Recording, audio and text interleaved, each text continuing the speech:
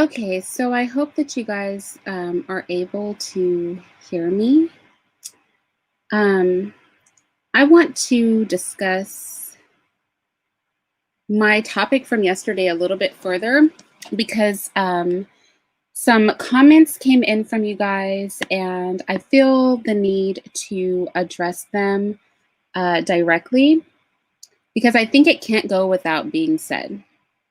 So, I'm calling this the Mixed Race Rabbit Hole Part 2 because the original video that I made regarding this topic, because I knew that it was a sensitive topic, that original video, good morning, that original video, I used a discussion that was being had in Australia over this very topic. And I have, I had one of my, I'll tell you, I wouldn't have bothered talking about this again, but I had one of my long-standing like frequenters to my channel, subscribers, bring up something. And when she brought it up, I thought it was only fair for me to address what she said. So I just want to talk about some of your comments when it comes to this. So Dillard Pat, and hi, if you listen to this, Dillard, she said, Irene, you may want your children to not say they're Black, but as a mixed person, no matter what percentage I am, I live as a Black woman and do not want to be considered white or anything else, period. Our mixtures are not voluntary either. At what percentage are people actually Black? In this country, there are far few in between 30 and 60%, which there are a few people who pass enough to live as white or some other mixture. So her comment's kind of long, so I'm just going to take this like little by little. So she said, I may not want my children to identify as Black. Honestly, their father doesn't either. He calls them mixed. And I think that that's appropriate, right? Because they are mixed. She says that she lives as a Black woman, and I'm aware of this. Pat is a beautiful woman, and she has a gorgeous husband, a very chocolatey husband. And she goes on to say that our mixtures are not voluntary. At what percentage are people actually Black? So that goes without saying. Obviously, no child born can choose their biological makeup, right? She says in this country, there are far few in between that are 30 to 60% Black. And she asked a question that a lot of people ask, which is what percentage makes a person Black? So first and foremost, let's say this. There are mixed race people. I actually did a video on an Olympic athlete who is married to a white man, and her daughter does not look mixed at all. I mean, that little girl doesn't even look remotely mixed, okay? So she will probably move about her life as a Black woman because phenotypically that is how she presents. Now, for people like one of my daughters, if she is not with me, she could pass easily for not being Black. If she is only with her father, if her hair is not curly, she could pass very closely and quite easily if I'm not with her. So I think if we are honest, if we don't convolute the issue, number one, your phenotype does matter, right? Phenotype does matter. I have a dark-skinned 24, 25-year-old son who is darker skinned, but he's racially ambiguous. So a lot of people from the Middle East, Asia, things like that confuse him with being one of them. He has people approach him all the time, speaking to him in foreign languages because he looks racially ambiguous because the world is a bigger place than white or black. But here's the thing. The reason that I touched on this, and Sharif said, okay, 80%. Okay, Sharif said 80%. To me, anything over 25% white, right, starts being a mixed person. I think if you are 25% white, you are still black. It's sort of like Meghan Markle's child is probably 15 to 25% black, right? So I would consider that to be a white child to me. But I don't want to get caught up in the percentages. And I'll get into why I don't like talking percentages, because this is a bigger picture than somebody wanting to identify as black, which is something that she goes into. So let me finish reading her comment. She says, there are a few people who pass enough to live as white or some other mixture. The thing is that a mixed person doesn't have to pass. It's okay to be mixed. You guys, I'm not saying mixed people have to try to pass for anything. I mean, mixed people don't have to pass for black either. A lot of mixed people, they don't look black. We know that they are part black. We just call them black. This idea of the need to pass, again, is something that we drag in from slavery. That a mixed race person is some sort of in-between human being that must pass one way or the other. I personally don't subscribe to that. So I understand. I don't think Pat and I are very far apart in age. I understand the sensitivity of this issue to mixed people, but I don't think it should be read as offensive. So she goes on to say, a lot of mixed blacks have a platform to fight for blacks as well. To discount them is unfair because there are a lot of black people who won't even stand up for black people, and they can be straight up black, over 80%. Okay, so first of all, I don't discount mixed people. I think I literally said mixed people are part of us, but they are not exactly like us. And a mixed person who stands up for black people is not doing us a favor. That's not a favor to black people. No more than me doing stuff for black people is a favor to black people. Since mixed people are a part of the black community because they are half black, right? And are viewed as black, if a person with a black grandparent or a black parent petitions for the rights of black people, it makes sense because part of your family is black. If you choose not to do so, that's your choice too. But it's not discounting mixed people to say that they are not black. I think that that is not a fair statement. I don't think it's fair to say that if black people refuse to say that mixed people are just exactly like them, then you are discounting them.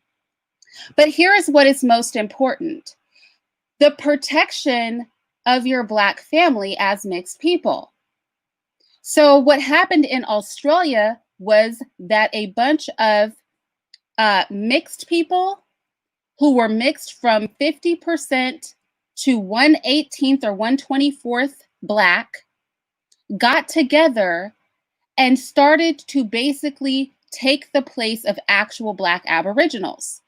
I did a whole video on this channel called The Mixed Race Rabbit Hole, where I watched black Aboriginal people who were literally murdered and slaughtered and had their children stolen on their own land be berated by mixed people for saying that clearly my experience is different than yours. You look practically white. You are mixed. You're a second or a third admixture. If mixed race people care for the black community, then they should want to protect the black community. And that includes understanding that making a distinction that your fully Black parent and you as a mixed person, or your fully Black grandparent and you as a mixed person, have very different experiences, and that it is damaging to them if they are not represented in their own race. It's damaging to them if every time somebody is called Black, they look nothing like your parent. They look nothing like your grandparent. What concerns me about these sort of conversations is that I fail to see how mixed people fail to see the importance of the phenotype of their parent or their grandparent in the racial schema of this country. I know myself as a Black woman that my wavy hair and my skin, which is dark but far from the darkest of the dark, is different from somebody who has a large nose, large lips, 4C hair, and super dark skin. So I cannot be offended or feel discounted if somebody comes to me, and I actually had a Black woman come to me. When I did a video with Tommy Sotomayor about hair, a Black woman approached me and said, "You don't represent Black hair. All of us don't have hair like yours. So for you to be up here saying anything with regard to Black hair, you're just not in a position to do that." I did not feel discounted as a Black woman because another Black woman said that to me. I had to say, "You're right. I don't have 4C hair. You're absolutely right. It probably is easier for me to take care of my hair. I can get in the shower, wash my hair, and literally just go somewhere. I don't have to worry about massive shrinkage. I don't have to worry about that stuff." That doesn't discount me. That's me being honest. That my phenotype is not this phenotype that led to the greatest amount of oppression.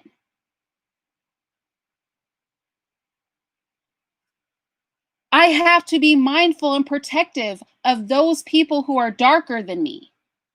I have to be mindful and protective and respectful of those people whose phenotypes are different than mine. And so if I have to do that as a Black woman with two Black parents, why is it offensive, I would ask, for a mixed person to say, "I recognize that my mother or that my grandmother, who is fully Black," and by fully Black, I mean the majority Black, 25% or less non-Black, that person's lived experience is different than mine. That when Blackness is represented, the lightest person in the room with green or blue eyes should not be calling themselves Black and then berating or becoming angry at somebody with dark skin and 4C hair for saying, "Wait a second, I'm Black. You're mixed. We're different." That doesn't mean I hate you. That doesn't mean you're discounted from the community. And what really hurt me about this comment, what really hurt me about this comment is this is a woman who knows my heart on these issues a lot. So for her to say, why should mixed people stand up for non-mixed Black people if they're going to be discounted? Why is pretending like there's not a difference the only way that you can feel not discounted? Why is it a requirement to call mixed people Black for mixed people to feel that they should petition for the Black community? It's not enough to have a Black parent. It's not enough to have Black uncles and aunts. It's not enough to have a Black grandparent. For you to feel a connection with the Black community, my mixed children go to a all Black school. I raise them to care about what goes on in the Black community because what goes on in the Black community affects their blood relatives. And their care or their petitioning for Black people is not based on us calling them Black. It's based on their love for their Black family. It's based on their love for the Black blood that runs through their veins. This is exactly what I was talking about the first time I did my video, The Mixed Race Rabbit Hole. But Dillard, Pat, I'm so glad you're here. Do you want to come up here, Patricia? Because I would love to have this conversation with you. Patricia, you had to be around. But that's not rejection, Patricia. That's what I'm saying. It's not rejection. Nobody is rejecting mixed people. That's crazy. It's not rejection.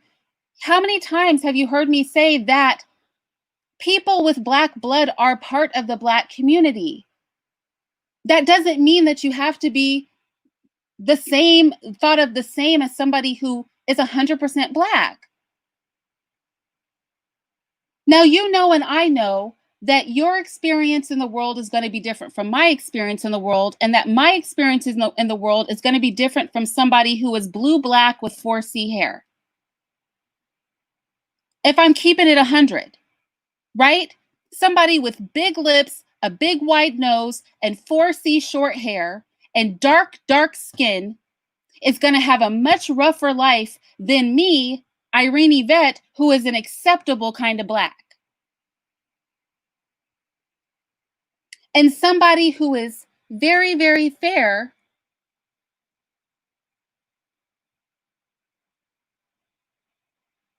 like my children, is going to have a different life than even I. That's not rejection. That's the reality. And what I would hate to see happen in this country is what happened in Australia, where you have so few Black people left that when they speak up and say, hey, those jobs were earmarked for Black people, we're still being discriminated against. And then you have literally 50 mixed people sitting in a room ripping one Black person apart for daring to point out the obvious, which is that when people look at me, they view me differently than they do you. That's not, that's just honest. And if we can't be honest amongst ourselves, what kind of family are we as Black people? Well, Dillard, Patricia, if you agree with me about the Australian problem, that lack of distinction is what made that happen. You remember, I know you have to remember, or I think that you probably saw that video, Patricia. I feel like I remember you being there. You remember how that blonde hair, blue eyed man, they were defending him against the actual Black Aboriginal that was there. They put that old Aboriginal woman in a position where she felt uncomfortable, even standing up for the only other Black person in the room. It literally became either you accept that this blonde hair, blue eyed person is just like us and is just as Black as you, or you're some kind of bigot and hateful person. That is a slippery slope. So if we sit here right now and we're like, okay, we can't say that mixed people are part of the Black community, but they're not exactly like people with the big noses and the dark skin and the 4C hair and the wide lips, if we sit here and act like there's not a difference, that's how we end up in the position of the people in Australia, where black is literally everything from a whole white man walking around with 1/24% blood and an actual black person who looks exactly like the people that they killed and that they raped. And then, like you were saying, Dillard, everything in between. We have to be honest. If I have to be honest as a black woman, that my sort of black is a more acceptable black, that when I go around white people, they're far more likely to want to deal with me than my dark skinned, wide nosed, white lipped, 4C haired brother or sister. If I have to say that as a black woman, then why should our mixed brothers and sisters be above making that same acquiescence to the truth? I mean, I would love to open up I would love to open up a discussion and put the link in the chat for us to really have this discussion. I mean, I feel like this is an essential discussion. I really, really do. I feel like this is an essential discussion because I'm sorry, I can't move off this square. I can't. And I really don't want this to be compared to disowning mixed people, not accepting mixed people. It should not, that should not be the equivalent. We should not, as black parents of mixed children, as grandparents of mixed children, as cousins, as aunts and uncles of mixed people, we should not be forced to say that there is no difference for fear of mixed people feeling like we have a problem with them or don't want them in the community. That is not fair. That is not okay. If in the black community, my sister who has two black parents but is light skinned has to admit that her light skin makes her different than me, her actual sister, and she doesn't feel any kind of way, she doesn't feel rejected by the black community, then how is a mixed person above that?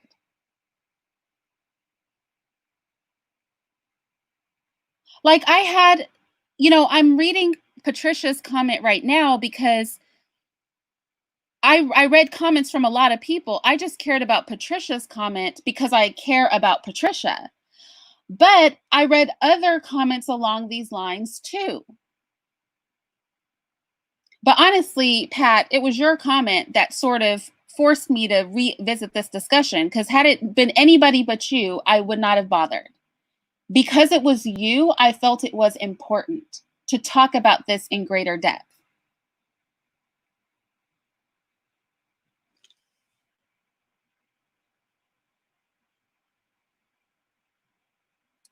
So, no, her husband is not. I'm going to put the link in the chat because I want to have this discussion, honestly, because the problem is going to be, I'm not going to change my position on this, but I think we need to have this discussion because that's why I said yesterday, I'm not going to be shamed or told that I'm hateful or rejecting anybody because this is my point of view. It's not going to, like, I can't. Y'all, I can't do it. I mean, I can't do it. It's like it's a whole problem for me. If we can't be honest, then there's a problem. We're going to end up just like the black people in Australia around here. We're going to end up just like them. We might as well deal with this and nip it in the bud in 2020. Because it ends up being akin, and I don't want to pick strong words, but it ends up being akin to blackmail. it ends up being akin to blackmail. Like, you either say we're just like you, or else we're not going to rock with you like that. I mean, that ends up being blackmail. And and the thing is, even being able to say something like that collectively as mixed people means that you know that the Black community values you. And it feels like taking advantage of the fact that you know that you are our nieces, our nephews, our children, our grandchildren. It's like taking advantage of the fact that you know the Black community loves you and kind of twisting our arm to say that our Blackness and your partial Blackness are equivalent, or you're not going to deal with us anymore. Or blaming us that if we say it out loud, then that's why, mixed people decide to not rock with us. If we can't be honest, then how are you part of the community? And even the ability to choose not to rock with the Black community shows that we are different. Because if today I decide that I hate every other Black person, when I walk outside, I can't hide. I will never be able to leave the Black community because of the fact that my skin is going to call me out. Oh, Philip, Pat, Trisha, hey, hon. Hi. I'm Can you so hear glad me you're up okay? here. Because I felt so hurt by your comment.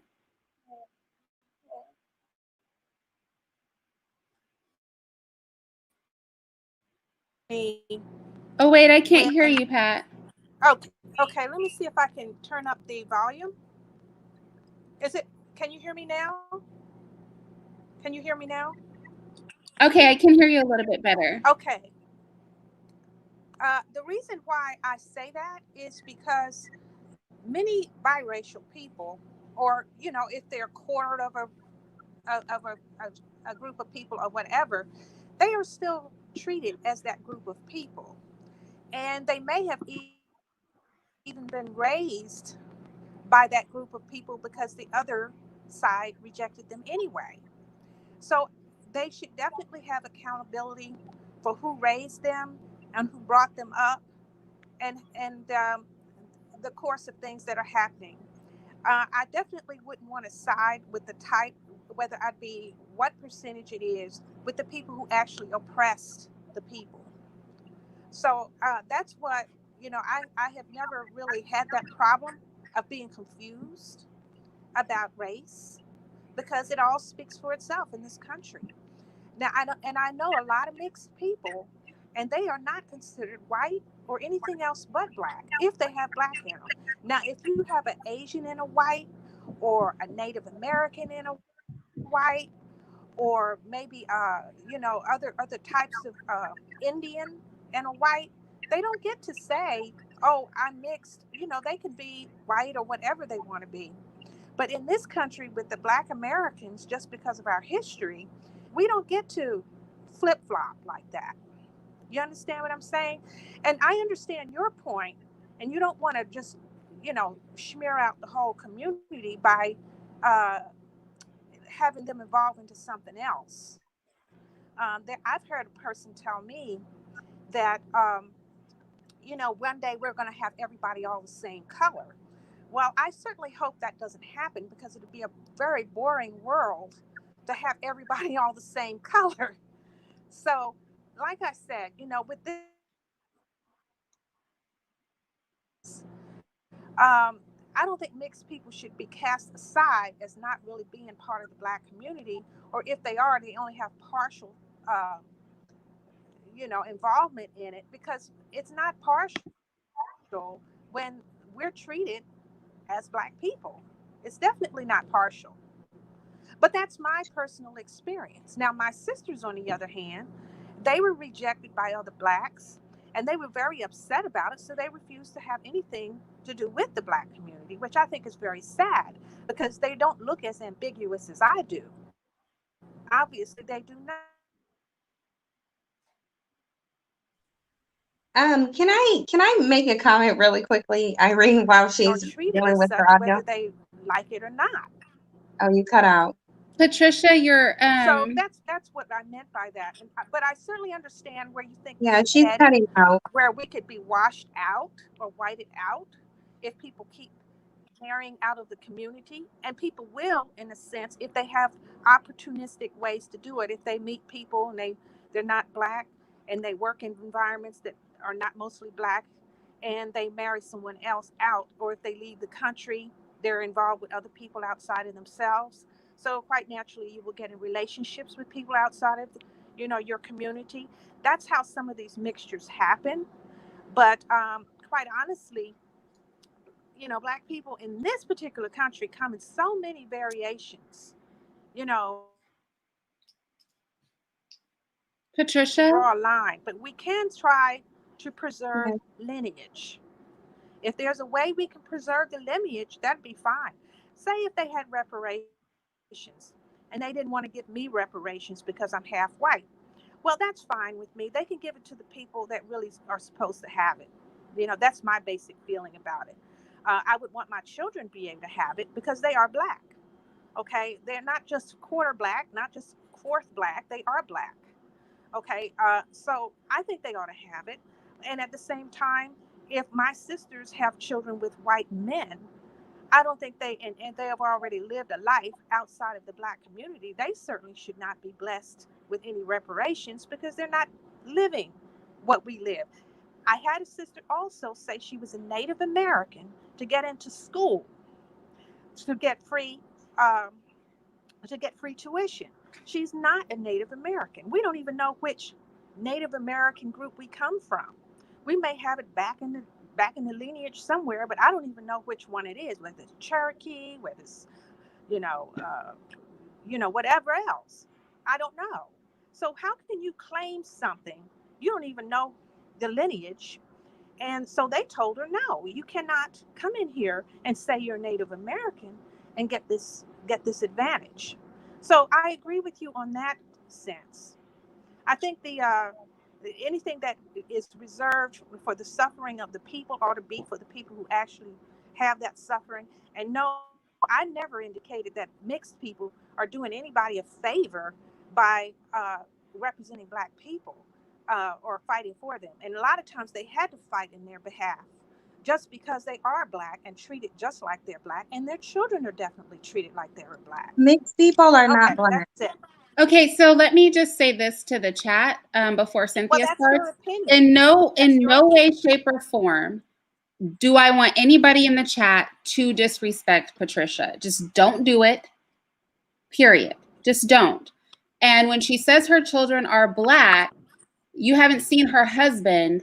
I believe her children probably really do present as black because her husband's very, very, very dark skinned. But we're not going to disrespect her because we can't have the conversation if we're not going to allow her to speak. There can't be a conversation. But anyway, Cynthia, what were you going to say? Well, first I wanted to ask Patricia, is your mother white or black? If you don't mind me asking.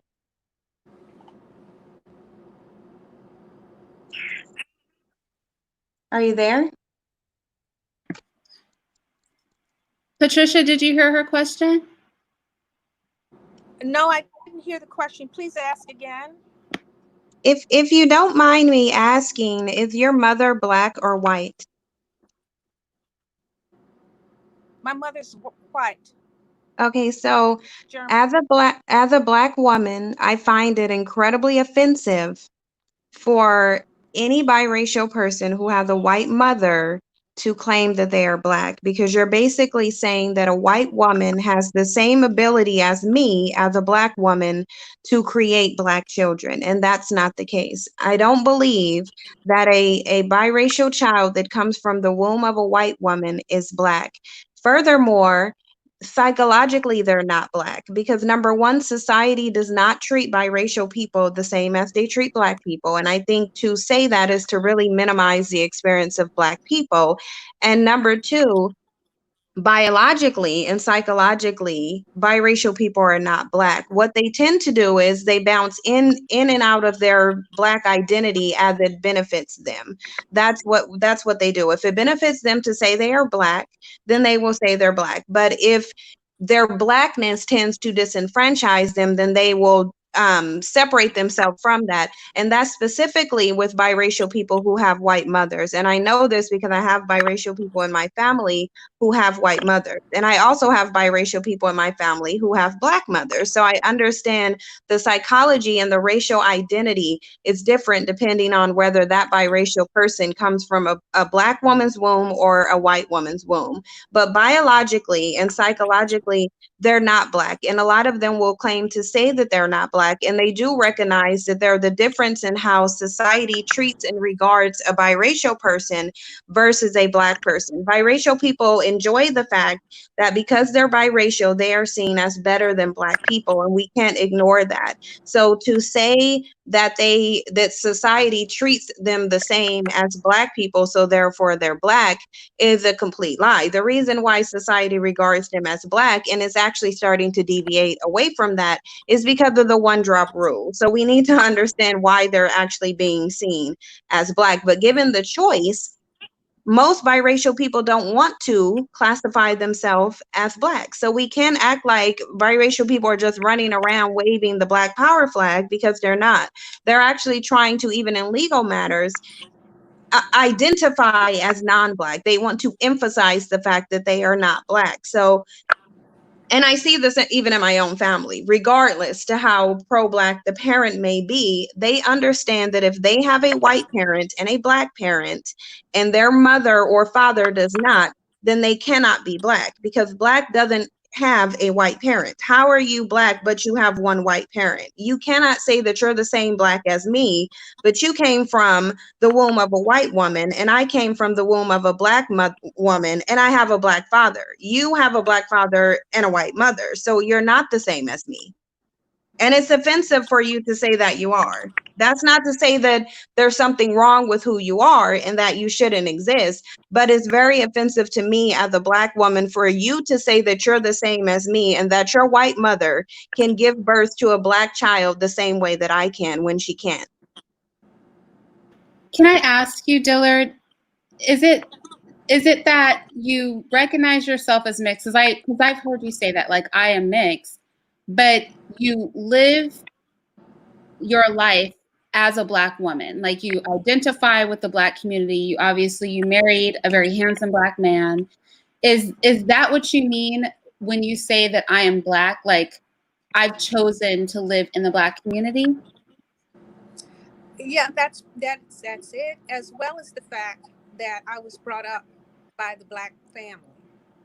I was raised by the black family. My white uh, family member did not bring me up. She did not raise me. So I guess I'm an exception, because maybe the different generations see it differently. Because I know other mixed people in my age group that don't see it the way you do at all. I mean, Cynthia, I mean, I know you may think that there's some favoritism there or whatever the case may be, or some sort of advantage. And that's what a lot of people, it's sort of like a caste system that you're setting. That doesn't make any sense to me, because in this country, that's not really the way it is. But, it's up to other people what they want to consider other people. If they want to exclude them, or, have a certain lineage, specificity or whatever. But I know who I am. I've had to know it for a long, long time. So it's up to them. I don't mean to insult anyone at all, but that's who I really am. And I do have ambiguous features. I do realize that, but I still live as a black person in this country. Well, Rachel Dolezal and Sean King said the same thing, and they're actually two whole white people who did put the argument that they're black and that they live the black experience, that they live in black neighborhoods, and therefore they identify with black. So identifying with something and feeling like you're something does not mean that the reality is that way. You have men who feel like women and women who feel like men, but that's not giving the women testicles, nor does it give the men ovaries. I don't care how they feel. So, I mean, your feelings are one thing, and that's fine. I respect your feelings, but it doesn't change the fact that you have a white mother. A white woman nourished you in her womb. You fed off of a white woman's DNA. So, therefore, to me, you're not black. You can feel that way. Socially, you can identify that way. That's fine. But that still wouldn't make you black. Your biology is not the same as mine. So But how what would two you then be people are black? exactly alike? Who two people are exactly alike, and what are your Black percentages? people who have two black parents are alike in that they have two black parents. One of them doesn't come from a white parent. They both come from a black parent. So saying that we're Okay, alike so you may and have saying that we're the two same parents race who are is not the mixed. What are same. you I'm then? sorry? If you have two parents that are mixed, what are you then? You're I think still you would be mixed. mixed. Yeah, I think you would be mixed if you had two mixed parents. My Okay, so question, in Brazil, can I ask in you Brazil, this, Patricia? Um, so my question is, can you see, and that's why I really want, because we are talking like in a lot of hypotheticals, but the thing is that there's a real situation that's going on right now in 2020 that is at the heart of this. And I just want to go back because to Australia, because it's a real life example where we can see that not making these distinctions has backfired on the right? Black people in that country in a big way. So when I say the distinction has to be made, do you understand? And I wish we had a couple so the onus wouldn't be on you to speak for all mixed people, right? But I wish we had another mixed person that was a part of this discussion because if we don't make the distinction, right, then we will end up in the same position as the Aboriginals, where people, because that's literally what they said in that panel, right? They were like, well, what percentage makes you black, right? Well, yeah, I And agree with you on that. that became a big point of contention there.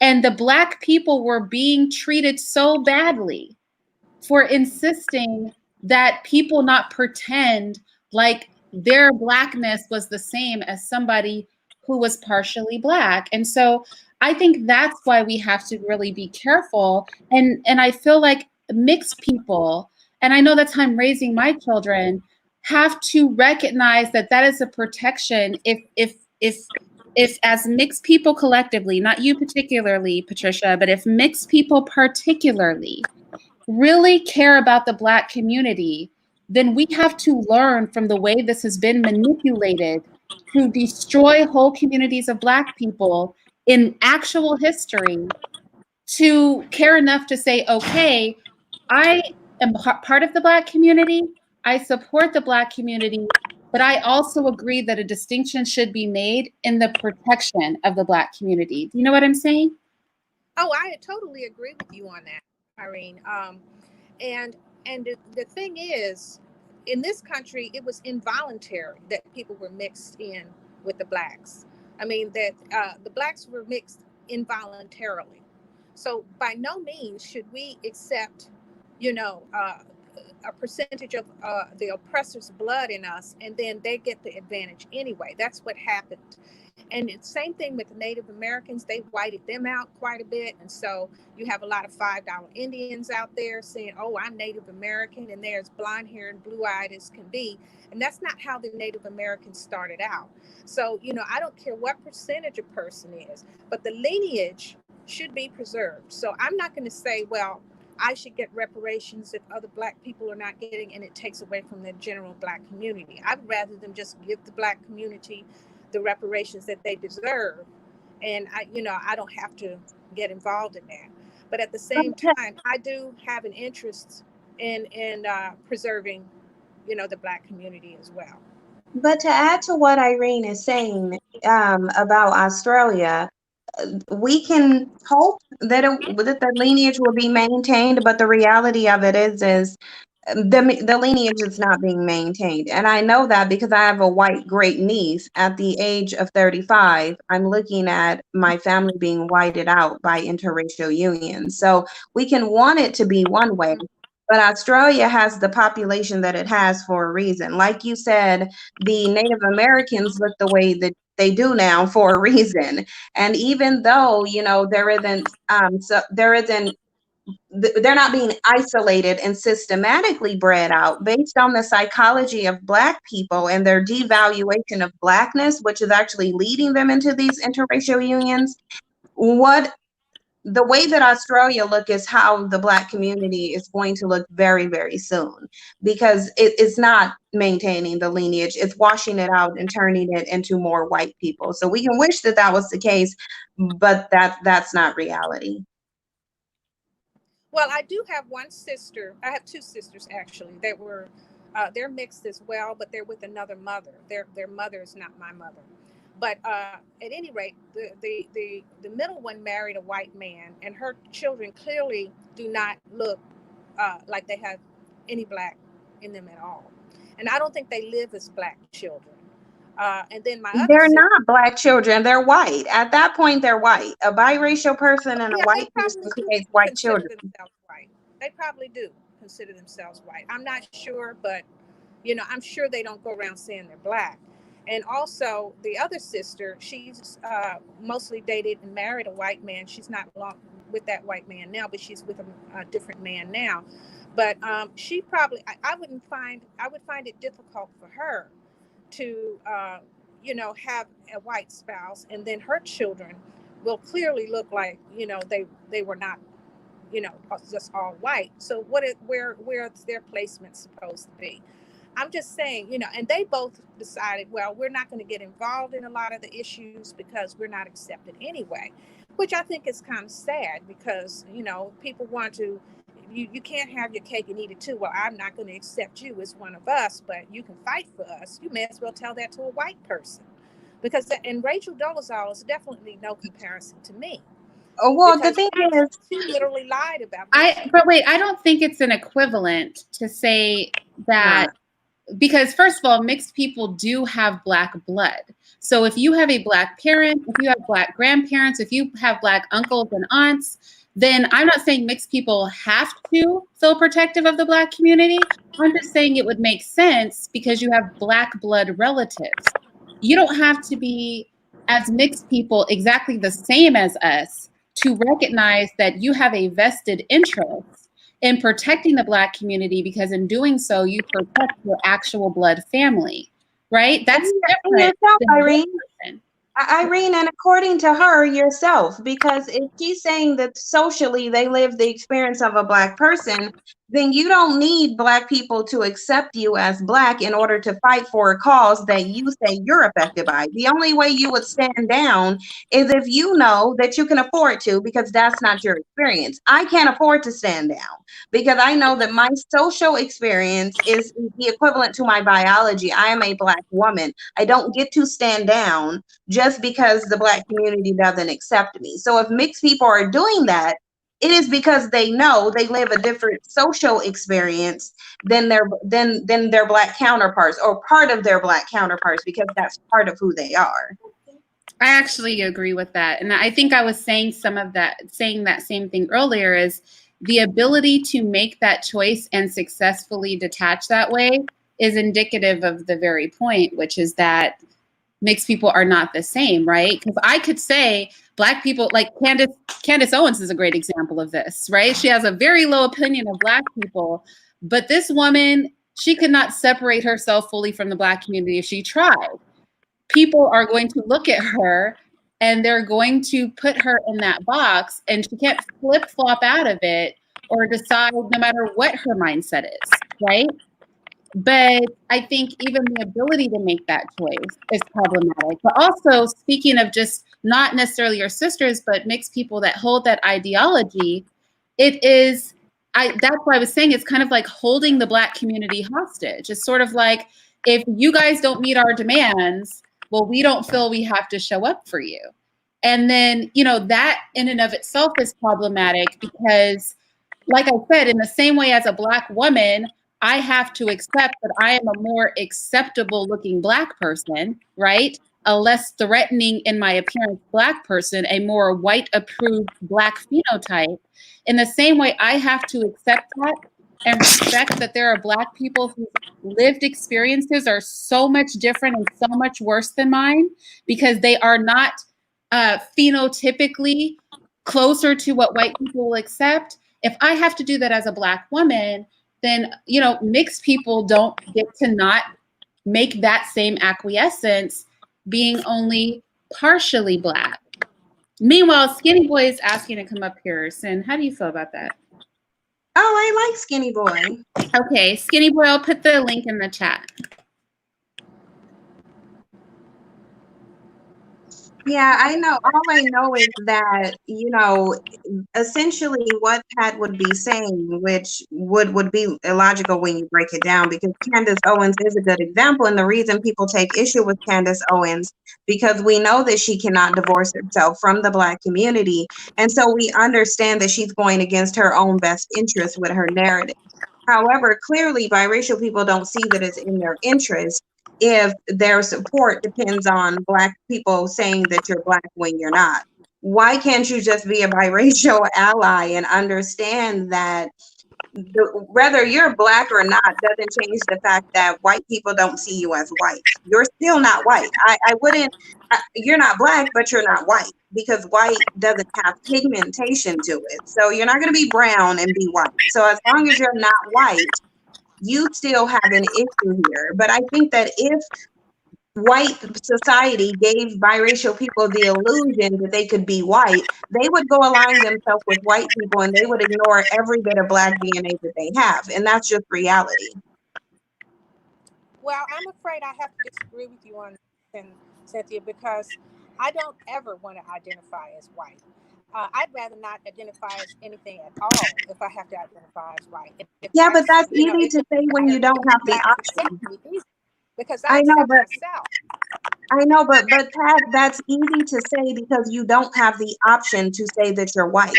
Even if they give you a different racial classification, it won't be white. You don't have the option to identify as white. So it's easy to say, well, I wouldn't do it. I would keep my Blackness.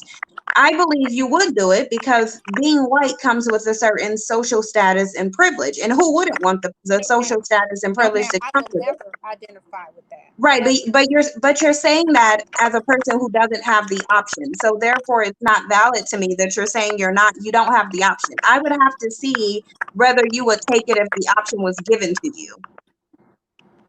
Well, I have been given the option actually because I don't look one way or the other, and I chose not to. But If you they you put that, don't if you, a you can't police pass for officer white. stopped me, may I speak?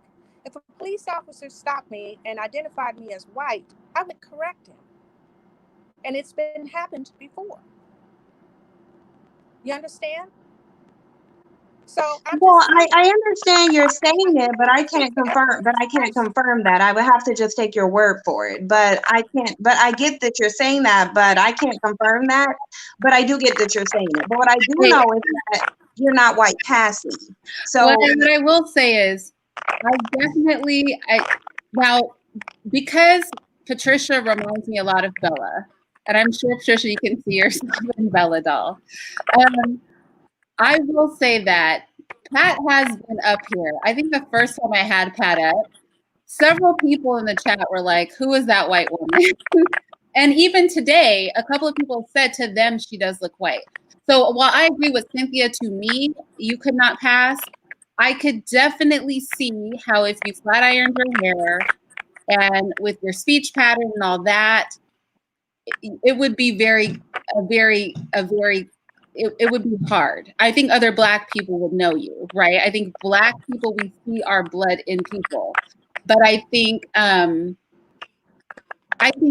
she could pass on a lot of circles, especially if she wasn't with any other Black people. I think it's possible because I've heard people call Pat white and try to call me out for having having her up here. Well, a lot of people thought I was either Mexican. Some people even thought I was Asian. Some people thought I was everything. A lot of times they don't want to think you're Black because they think nobody wants to be Black, and that's an insult in and of itself. Um, but yeah, I mean, unless they actually know me, a lot of times people can't tell. And that's I guess that's something that people may see as an advantage because you can just go in and out of ecosystems without anybody recognizing anything. But that's just not real to me because and you also take in consideration the generation that I'm in. I'm in a much older generation than you. Okay, so I've seen things over the years. And that's where I want to Um, come in. yeah. Okay, go ahead. I'm done. I mean, speaking about Hey, that. Okay, how you go ahead. doing, Pat? How you doing, Pat? I'm Skinny Boy. Hello, skinny How you boy. doing, I've Pat? I'm seen Skinny skinny Boy. Hey, videos. Irene, How thanks you for letting me doing? come up. Cynthia, hey, Sin. Hello. Hey, Um, Skinny. I just really quick. You said something when you first.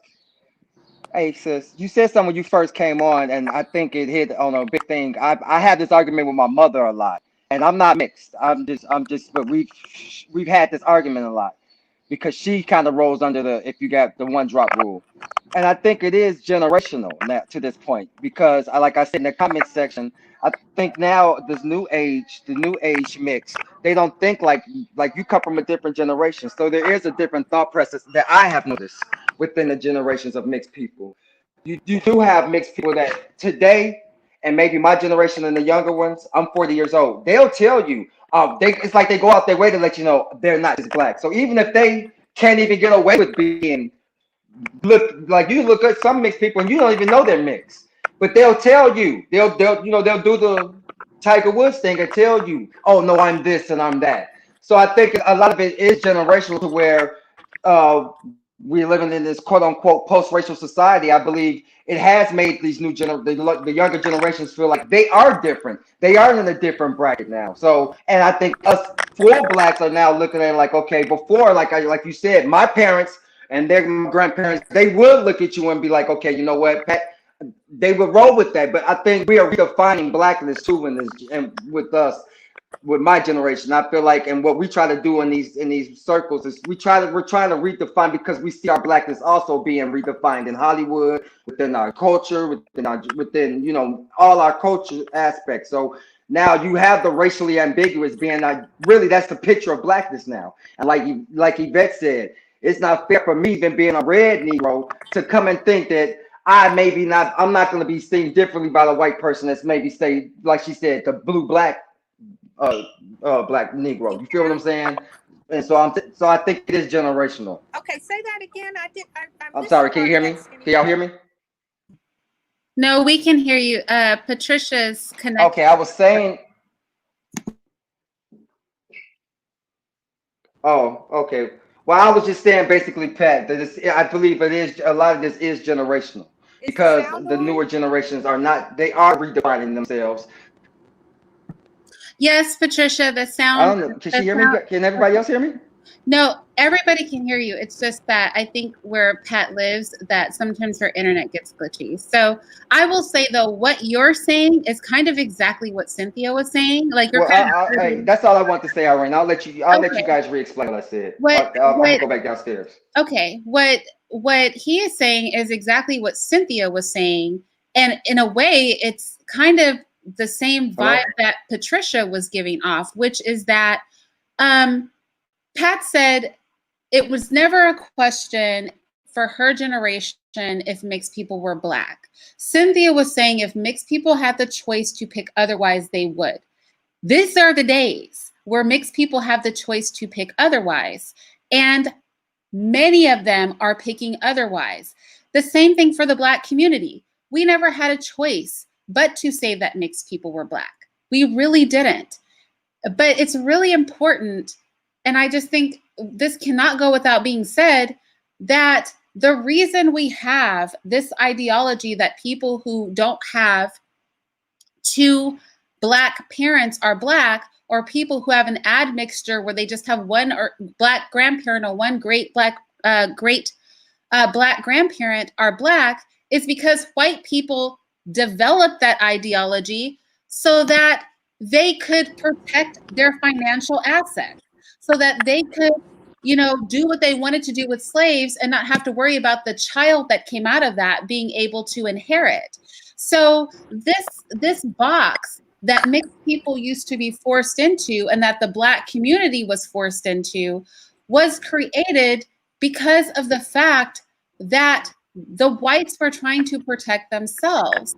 I think we have to tread a very fine line between thinking that it's some sort of rejection of people who have Black blood, or that we're somehow doing something wrong by saying that we no longer accept the distinctions that were made for us in slavery. Like literally, this was made for us in slavery. And I think that there's validity to what Sin said, because now in this age where the law isn't forcing it, you have mixed people who are capable of saying, you know what, I'm mixed. I have one white parent and one black parent, or I have one black grandparent. But what is problematic is I've seen right here on YouTube a whole little white girl who is maybe 20, 25% black say that she's black, and that people have a hard time believing that she's black. And I think that is problematic, like in and of itself, because it's going to lead down. And that's why I called it the mixed race rabbit hole. Like, it's a rabbit hole, you know, because then it's like, and that's why I kind of cringe at that, like, what percent is black question, because I think part of it is biological, part of it is phenotypical, right? Like I said, I've seen mixed people who don't look mixed at all, with the white parent who present as fully black, because their black parents' genes were just so strong, or they didn't have any admixture. So their mixed kid looks like the average black person with, 15 to 20% admixture walking around America. But I think we have to look at it from both sides, genetically and phenotypically. And we don't have to talk about percents. I can say with all honesty, Meghan Markle's not black. Her child is not black. I don't need a DNA test for that, right? My eyes have made that determination. But then the other argument people are trying to make is, well, there are some black people that come out that way. My argument to that is, we know that sometimes black people will pop out a light-skinned baby. We also know it's a different kind of light skin. In the same way that you can look at me and look at somebody from India who is black skinned, and it's a different type of black skin. We never look at them and confuse them with an American black person, because there is a difference in how we present phenotypically. So I think it's a little bit of both, like part genetics, part phenotype. Patricia, you're being a really good sport, being like the being like the one. I totally understand your points, because it is a danger that the lineage of people can just be wiped out, and that's frightening to know that the lineage of American black people can just be wiped out, because it was wiped out in other nations as well. So I totally understand your point. And I didn't realize that this generation of people, like the millennials and I'm a baby boomer, so, but the millennials and maybe the X generation or whatever, they may have some variations of how they feel about their racial backgrounds, based on how much percentage they are and all that. But that gets to be very confusing, because it's going to be like Brazil, where you actually have a caste system of what percentage what somebody is, and their shade and their hair type and all this stuff, and they're going to be cast into this system that defines them. And I feel that that's kind of a oxymoron to this country, because everybody was basically treated according to what their lineage was anyway. But yes, it's a new day. I mean, and when we're going into a season, if you will, where we have to reclaim justice and all of that, yeah, I think you ought to preserve the lineage. I think I understand what you're saying about, like, phenotype, like not wanting to turn it into a caste system. I think the problem is there's a way that ideologically we may want things to be. We may want the world to be like, race does not matter, skin color does not matter. But see, but therein lies the problem. It's because if we don't we're kind of forced to do it whether we want to or not. Because if we don't do it, then we end up in a situation where we may not be able to protect people because we refuse to make those distinctions, right? So, for example, let me give a really good example. Rosa Parks, I'm sure a lot of you know this, was not the first person that they considered using as the poster child for, the civil rights movement under Martin Luther King. There was a younger, darker skinned woman who they chose not to use because they thought that the white public would not sympathize with her, right? So what they did was they chose Rosa Parks, a lighter skinned older woman, because they thought she would get more sympathy. That shows an innate understanding that we know. If I say there, and this is what happened in the Australia situation, in the first version of the mixed race rabbit hole that I did, there was a man who had a big nose, big lips, and darker skin. And he said, when I walk around the store, I'm treated like this, right? Then you had the two basically white people who also were claiming to be Black. And they don't have that experience, right?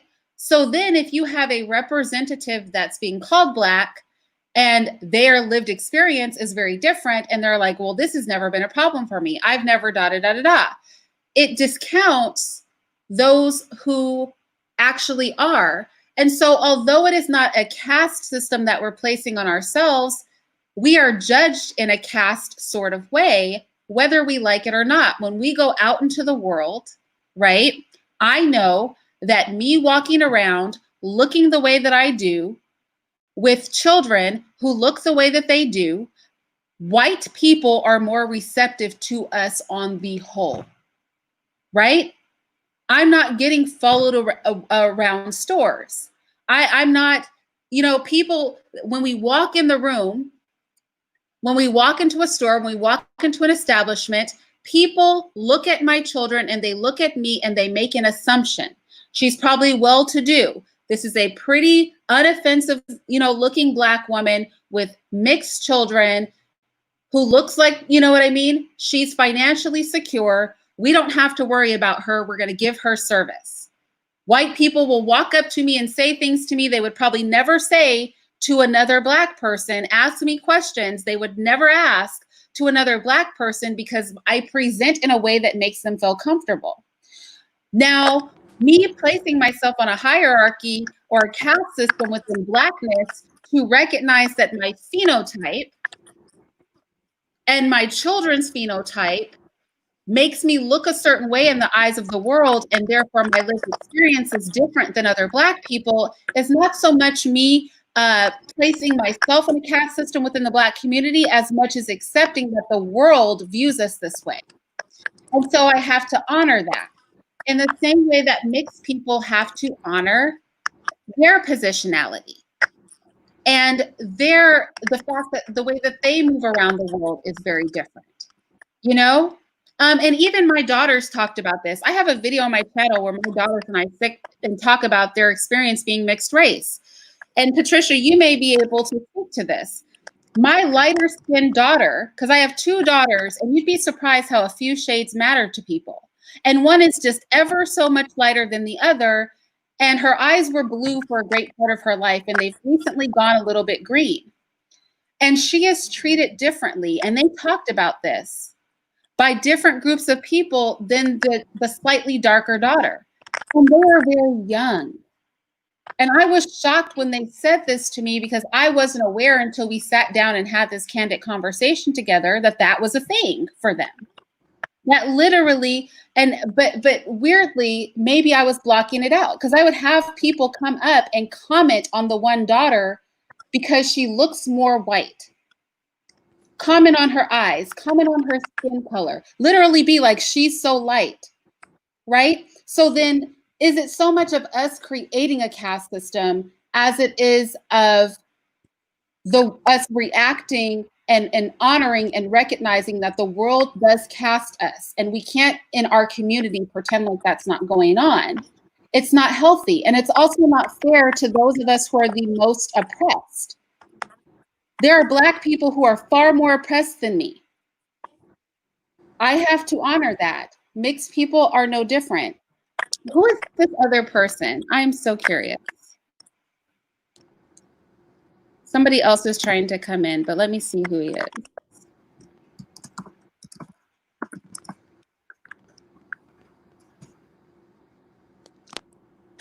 I wish you guys would not leave Patricia up here to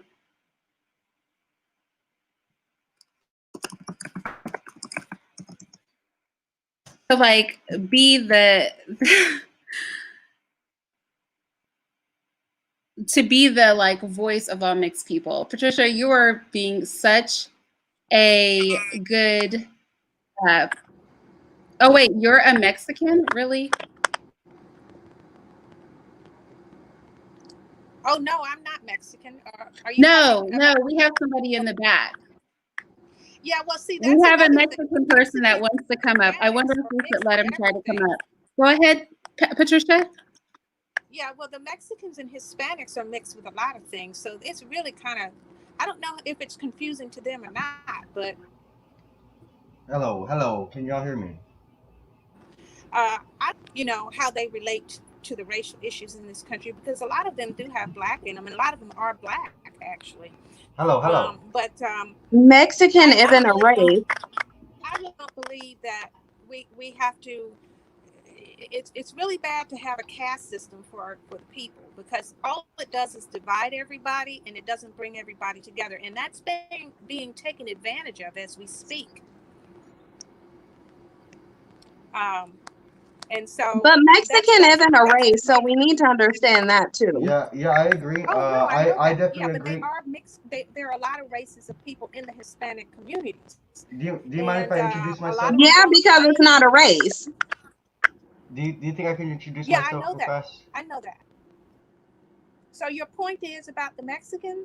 I mean, Yeah, so so the mind says he asked to come up because he says he has black blood and he considers himself right, Mexican. So go Yeah, ahead. okay. yeah, I just wanted to introduce myself real quick and say So that's hello, like me Irene, saying I and I consider myself appreciate German, even you if I'm letting me black. be on the Well, that panel. makes Hey, can you let me talk real quick? Because whatever. I'm trying to introduce myself real fast. Can I introduce myself to the What's panel? the problem with that? Hello? Can y'all hear me, or I'm not sure if y'all can hear me or Oh not? yeah, go ahead. Okay, I just wanted to say to introduce Okay, myself I to the just panel. did Oh you my God. understand Okay, what I was speak. saying? If No, I was he's trying to talk, Mexican, but you're talking over me. Go he ahead, can say say whatever you he's want. Mexican because he can be any race of Mexican. So, Can I say something real uh, quick before so what's you the deal interrupt me, with that? please? I mean, is that a problem? Can you let me speak, please? You're talking over me. I'm trying to talk here. Yeah, she's just asking you to explain because you said Okay, Mexican, but it's I No, not a no, got you. race. she was talking to somebody else, asking if it's a problem with me saying I'm Anyone? Mexican. I don't. Okay. I want to respond to what Cynthia what she said. Yeah, I agree. Mexican is not a race. It's more of like a what is that called?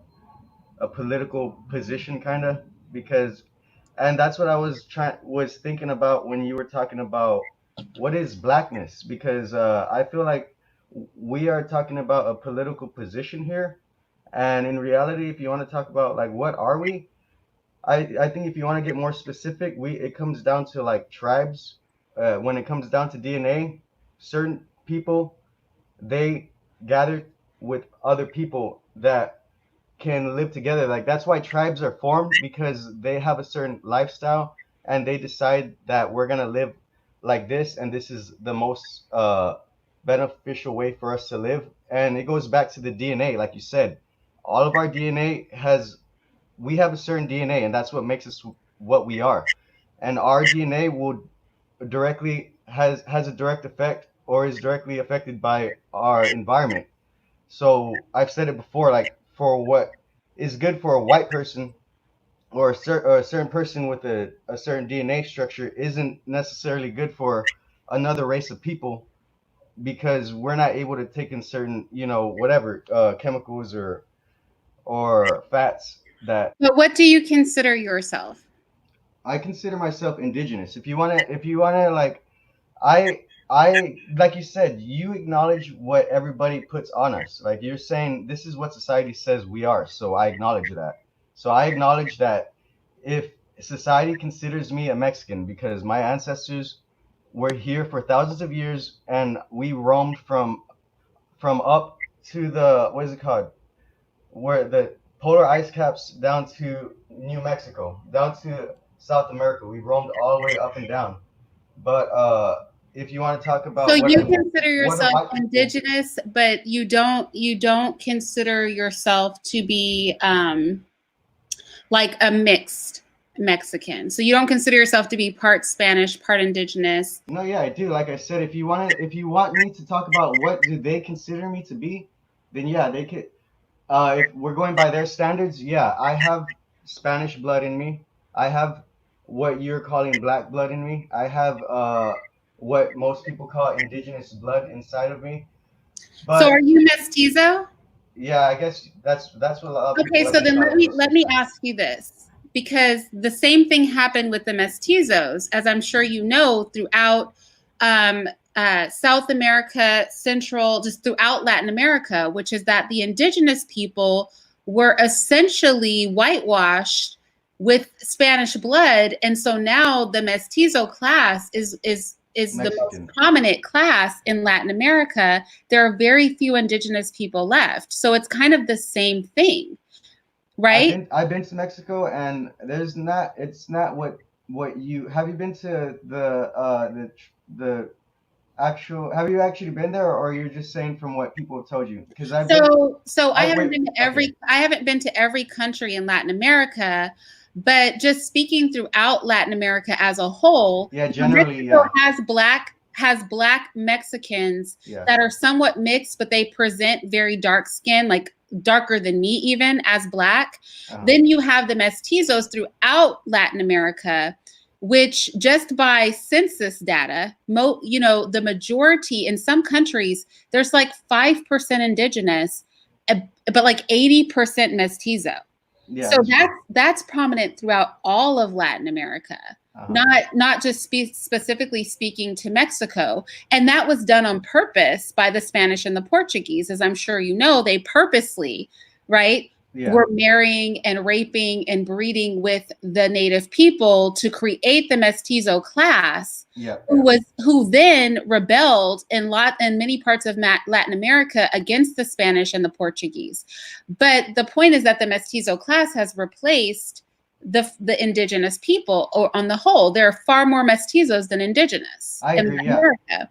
I agree. And the sad thing is, most of the our my own race doesn't know that. Like I have heard people tell me of my own, our own like stuff that's happened to my own race from other races, and I argue with my own race about them being indigenous, and they don't even want to accept the fact that they come from an indigenous line, and that's what I'm trying to get to as well. When I bring up this whole tribal and indigenous thing, in reality, when it comes down to it, because they are trying to separate us by race and by different things. And I agree with you, Irene, when you say that we need to acknowledge the fact that we are separate races, and we can't just be like, oh, we're all one, and everything that's good for you is good for me, and we just need to hug each other, and everything's gonna be So fine. let me ask you then. When you said I'm indigenous, right? Like I consider myself indigenous. And then I we talked and I said, um, do you think you'd be considered like by others as mestizo? And you were like, yes. But then do you see the harm? Because that's kind of the same thing I'm talking about, Well, it like just within the depends on who black you ask. community. Do you see It, the harm in saying I'm indigenous uh, when we know but that mestizo and indigenous are not the same? what Right, because mestizo actually by definition means mixed. That's what mestizo means. It and means indigenous mixed. means what? What does indigenous mean? It means that you are native to the land Uh-huh. without admixture. Oh, that's what indigenous. I didn't know it Right, meant and without admixture. Wait, can I look at the a definition? mestizo, because a mestizo is a mixed person, then they Uh, cannot be indigenous to any land. Wait, but real quick, literally, Irene said the definition of indigenous means something that is not mixed with something else. If you look Well, at the Nate, so you're definition of native, indigenous, it has nothing to do with mixtures. well, the thing is, if you are native to the land, Hmm. like the original native people to a land without So admixture, my other that would ancestors. be Oh, indigenous. sorry. Okay, I'm sorry. Finish. I'm talking over No, you. I was just saying, Right. Well, go ahead. original means you cannot be mixed anyway. Just by definition of saying in original means that you're not mixed, because original isn't mixed isn't original. And Black that is and actually. yeah, and that's where the whole narrative goes down, where y'all say that black is the pure bloodline, and if you're not black, then you're like some form of lower person, right? I don't know about lower. Nobody said You're not saying lower, but what would be your better phrasing? Because you don't like the word lower. What would be the better word? Mixed. You said it would be a better word for mixed. Well, I would rather use the example that's like true to your lineage, right? But my So lineage comes from two places. We're not all from one race. Literally, dude, like the other person was saying, how are we as a mixed person? You're telling us just follow your lineage, and us as mixed people are saying, hey, well, I have two lineages here. One's going off this way, one's going off this way. I want to go towards this one right here, but you're saying I don't look like you, so I can't live the lifestyle, or I can't even like associate myself because you said I could support mixed people could what's support wrong black people. with saying that you're mixed if you're I mixed. don't have a problem with it. I never. If I thought if you assume that I was like giving the energy that there's a problem with saying that they're mixed, all I was saying was y'all are over here trying to say like, well, you're not pure blood. Black is pure blood, and that's what I was saying. Basically, you're saying only black is pure blood, and anybody with from any other race that they're not pure unless they come from the black race, okay. right? Right? So can I say this? Okay, Okay, name me my. let's just take your two lineages, right? Well, really three, right? Because you have some black blood, but like your two major lineages are probably indigenous Spaniard, and Spanish, Spaniard, right? yeah. So what we saw, the political climate in Latin America, what we saw was that the Spaniards came in saying that they were the better race. And they bettered the race on the whole by mating with the indigenous people and flushing out their indigenous blood. So if you, as a mixed person, care for the few indigenous people that are left, then it would behoove you as a mixed person to honor them as indigenous people, because if Honor them by doing what? How would I'm I about honor to, them?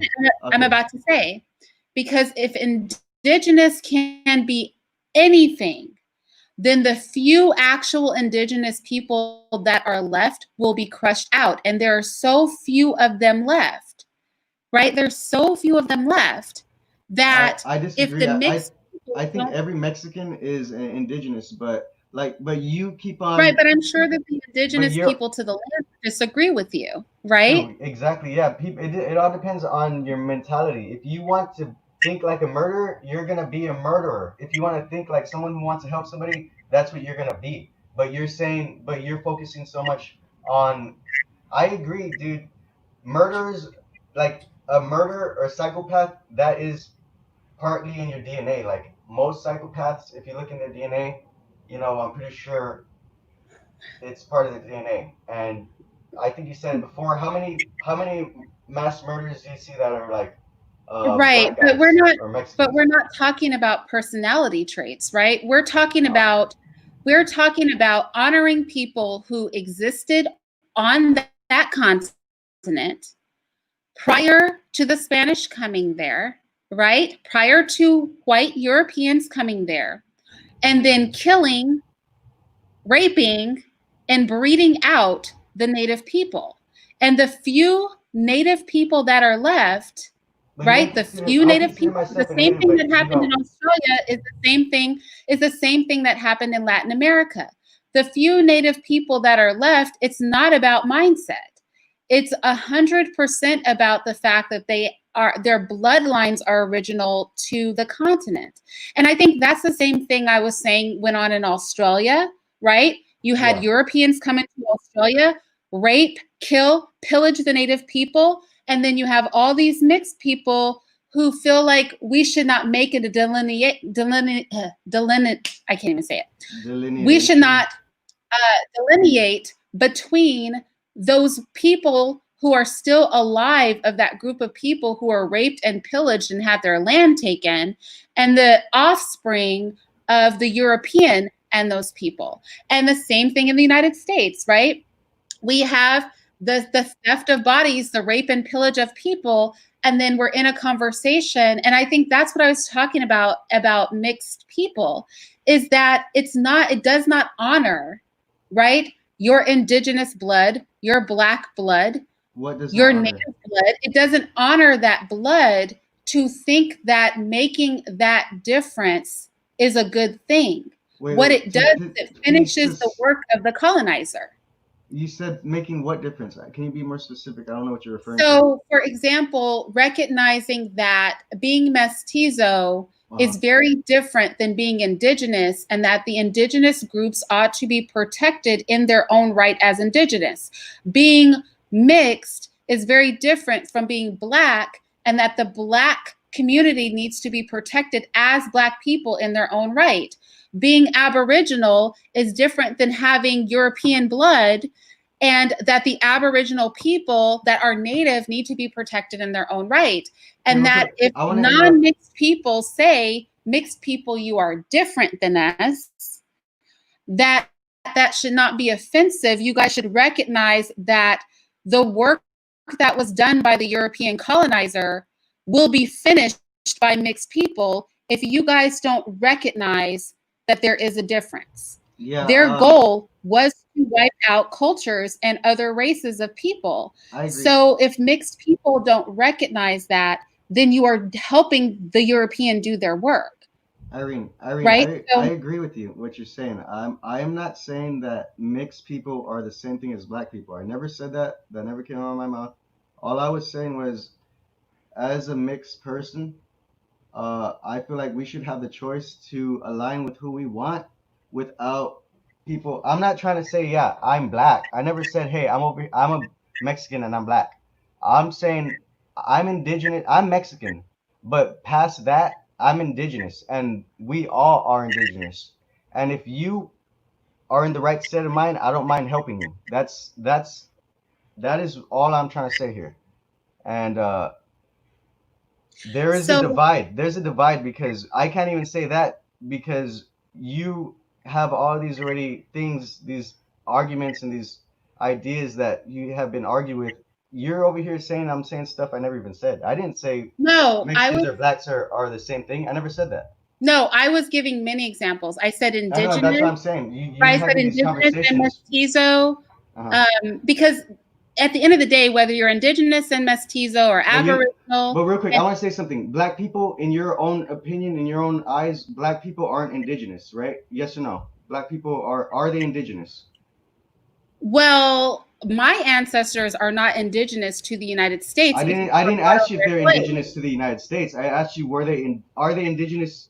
They're indigenous to Africa. They're indigenous to Fiji. They're indigenous to Australia. They're indigenous to the Andaman Islands. Why are you over here disagreeing with me? And when I ask the simple question, are they indigenous? You're like, no, they're not indigenous because it depends to the on United States. But I never asked you. I never asked you. Are they indigenous to the United States? But that's what makes the difference. When we say indigenous, no, that's you only are called indigenous if you are on the soil that your people are from. And that's what I disagree with.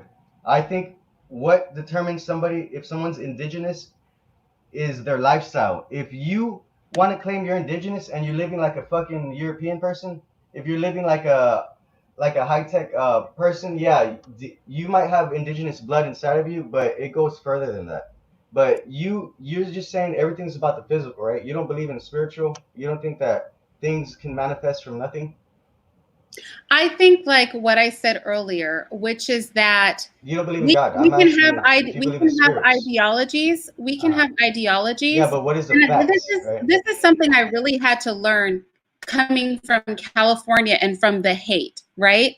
I really had to learn that my personal ideologies do not define how the world functions. So I have to marry my personal ideologies with the reality. So if I say there is no such thing as race and we're all human beings, that's amazing to say, but that's not how the world functions, said right? I didn't say that. I don't know why you bring that up because I never said that. I'm giving an example of how you can have an ideology or a dumb ideology.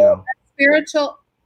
I'm giving an example of how you can have like an ideology or a spiritual sort of belief system, Irene, can you agree operate on that plane, You agree with me But that that ideology is dumb, though, right? That you just presented to me that we're all one, and whatever you said right now about us being there not being a race isn't, to me, that's a ridiculous, ignorant ideology. Do you agree But it with me doesn't about that? matter.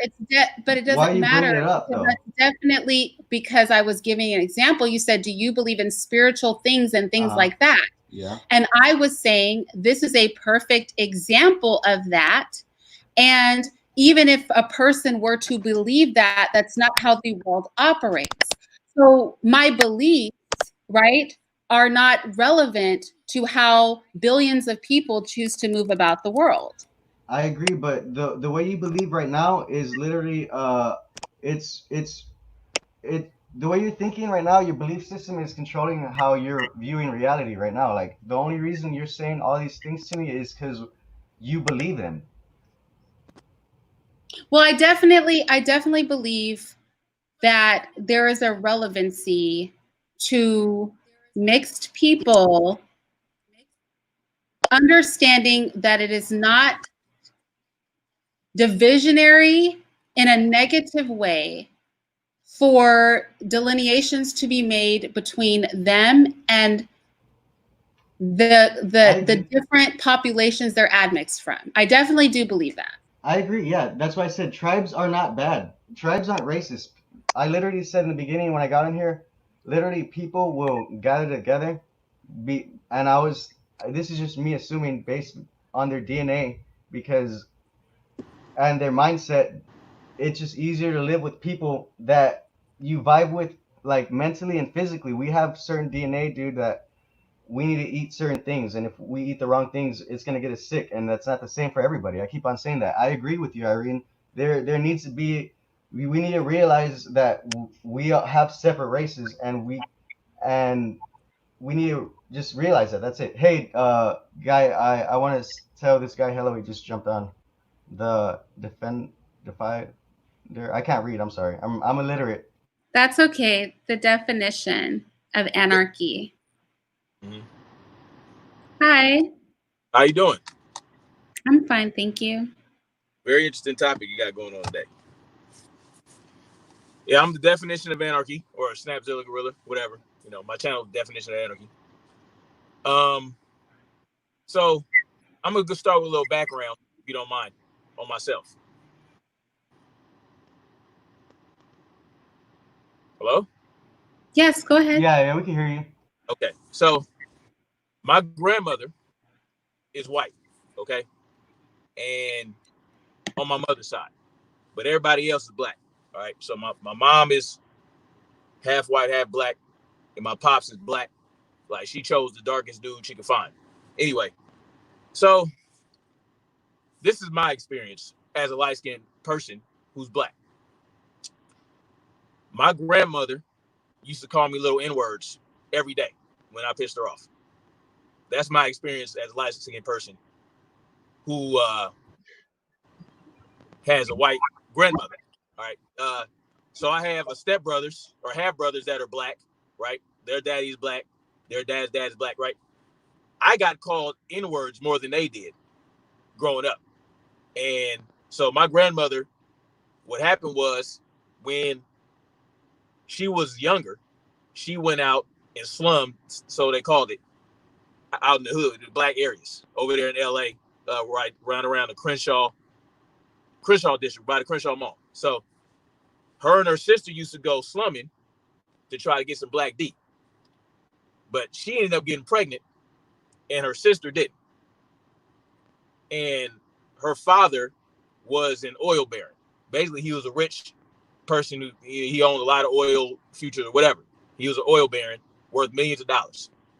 So when he found out that she got got pregnant by a black man, he cut her ass off. All right, cut her off, and so left my grandmother destitute with her black husband, and they had more children together. So, you know, I grew up black. I grew up black. I what happened? I grew up black. I went to different states. I went to the military. I've been called the N word and treated like the N word so many times, and to the point where if someone called me the N-word today, I just laugh at them. Like it means nothing to me. But my experience growing up as an individual was as a black individual. No, I can't even fathom trying to identify as white when it's convenient for me. I can't even fathom that because it's not in my thought process. So unlike some light skinned people, I have big lips and a big black nose and other things like that. So we have to understand that unless you're first generation American and you can trace your lineage back to Africa within the last 25 years, and your people have been on this land for however long, the odds are you're probably going to have some mixture going on. What do you think about that? I think that okay. I think that if you have one white grandparent, Hmm? then you're probably around 20-25% white, right? Yeah, But I'm around 20% white and I have right. no white grandparents. So I think I think it's a dangerous game because like this brings in a whole nother discussion about the attempt to separate from blackness. There was actually Cynthia G covered this, um, a singer who also has a white grandparent, and she considered herself to be mixed. Say a finger. A singer of some Oh, kind. oh yeah. She Well, considered that's right. herself to be mixed. I feel like to me, you have about as much white in you as the average black person, Right. despite having a a a, a white grandmother. Yeah, and And go ahead. no, I was saying I agree with you. I agree with you on that. Yeah, and so it's almost like it would matter that you had a white grandmother because a lot of black people have that admixture in the United States. Yeah. But I so to me, you're just a black man in the Right. same way that Meghan Markle's child, who has a black grandmother, is a white man to me. Right. Yeah, yeah. So Um, I understand. I agree with you. I mean, I myself, I haven't. I don't know if you know a lot of people from LA, but they do like to do that mix thing. I don't play that game. I'm black. I consider myself black, and everybody that I encounter knows that I'm black. Or they say Cuban, but Cuban is not a race either, right? There's a lot of black people in Cuba. There's a lot of black people in Puerto Rico. I would be confused with those things, but until my hair grows out like most black people. So my hair is pretty kinky when it grows. Right now I'm bald. So, but the thing is, it's part physical. It's mostly physical, right? And a lot of it's upbringing. So if I don't know if my grandmother hadn't been cut off by her father, and we were taken in, maybe I would have a different perspective, right? You know, maybe Hey, not. I don't know. I can't say that. I do can't say you either way. But because I grew up black, and because my mother, every father figure I had was black. Every stepfather I had was black. I only got stepfathers, but I mean, I think even if your grandmother hadn't been kicked out or disowned by her family, you would have grown up black, even if you were surrounded by white people. Like I know a black man who was adopted by a white family. He grew up as black. You right. present as black, and genetically you're mostly black. So because of how you look, like no matter how many white people were surrounding you, you definitely would Definitely. not like you would grow up as black. Actually, the man I'm talking about, who I love, he watches my channel sometimes, so he'll know that I'm talking about him. Raised by a white family, adopted by a white family, but that didn't change the fact that he grew up as a black man. And I don't think it would change it. I don't think it would change it for you either. These kind of conversations give me pause because there's a whole group, and I'm not saying you're like this, but this is like a triggering conversation for me because there's a whole group of black people who have a problem. And I'm not saying this is you. I'm just saying like this could be trigger warning for some groups of black people, if you can understand, who have a problem with being black, and are out here calling themselves mixed Yeah. simply because they have a problem with being black and they have some remote itty bitty part of white in them or hope to. That would be like me saying, because, you know, my hair is not super kinky, I'm mixed. Do you know what I mean? Or something like that. I mean, you have whole black people out here, and I've seen them on YouTube, and I cringe inside every time they do it. And they're like, you know, I'm mixed, and you're looking at them going, dude, you are not mixed. Right. You know what I'm saying? Like, in no way, shape, or form. So like, this conversation like is triggering for me, not because of you, but because I recognize like that is the speech pattern. It's so crazy because mixed people, we just had Patricia on, who push to, you know, be a part of the black community, and we have black people who are clinging to that 10 to 20% admixture for their lives as some indication of not being fully black, which is so problematic to me and so dysfunctional. And I think if we honored blackness, then people would not feel the need to constantly try to separate themselves from it. Or, you know, it's funny, like the less black you look, the more benefit you get being black because you become an elevated black. The more black you look, the more you try to separate yourself, either in ideology, like Candace Owens, or by saying I'm literally mixed. Irene, And that is, can I ask you a question real quick? yes. I'm sorry for interjecting. I just want to ask, what in y'all's opinions here on the panel or in chat if you want, is to y'all, what is black culture? Because me and my brother have argued about this. At what point in time does something become integrated into someone's culture, and like who accepts what? Because a lot of you said it yourself. A lot of the stuff that is our culture, and our culture, a lot of the stuff that is black culture is being imposed upon the black culture. They're trying to like um Woo! Bring them spin out. Bring them out. they're trying to spin things a certain way, and like they okay, for example, they try to say, I've heard people try to say black culture is a lot of guns and rapping and drug violence. That's one thing I hear from people who are, I in my don't opinion, think, racists. I don't think, What is black culture in your opinion? yeah, I don't think that's fair. I What don't think that's fair because what is black not fair? people, just like white people, just like Hispanic people, we are not all the same, right? So the Gullah Geechee have a different culture than the Creoles.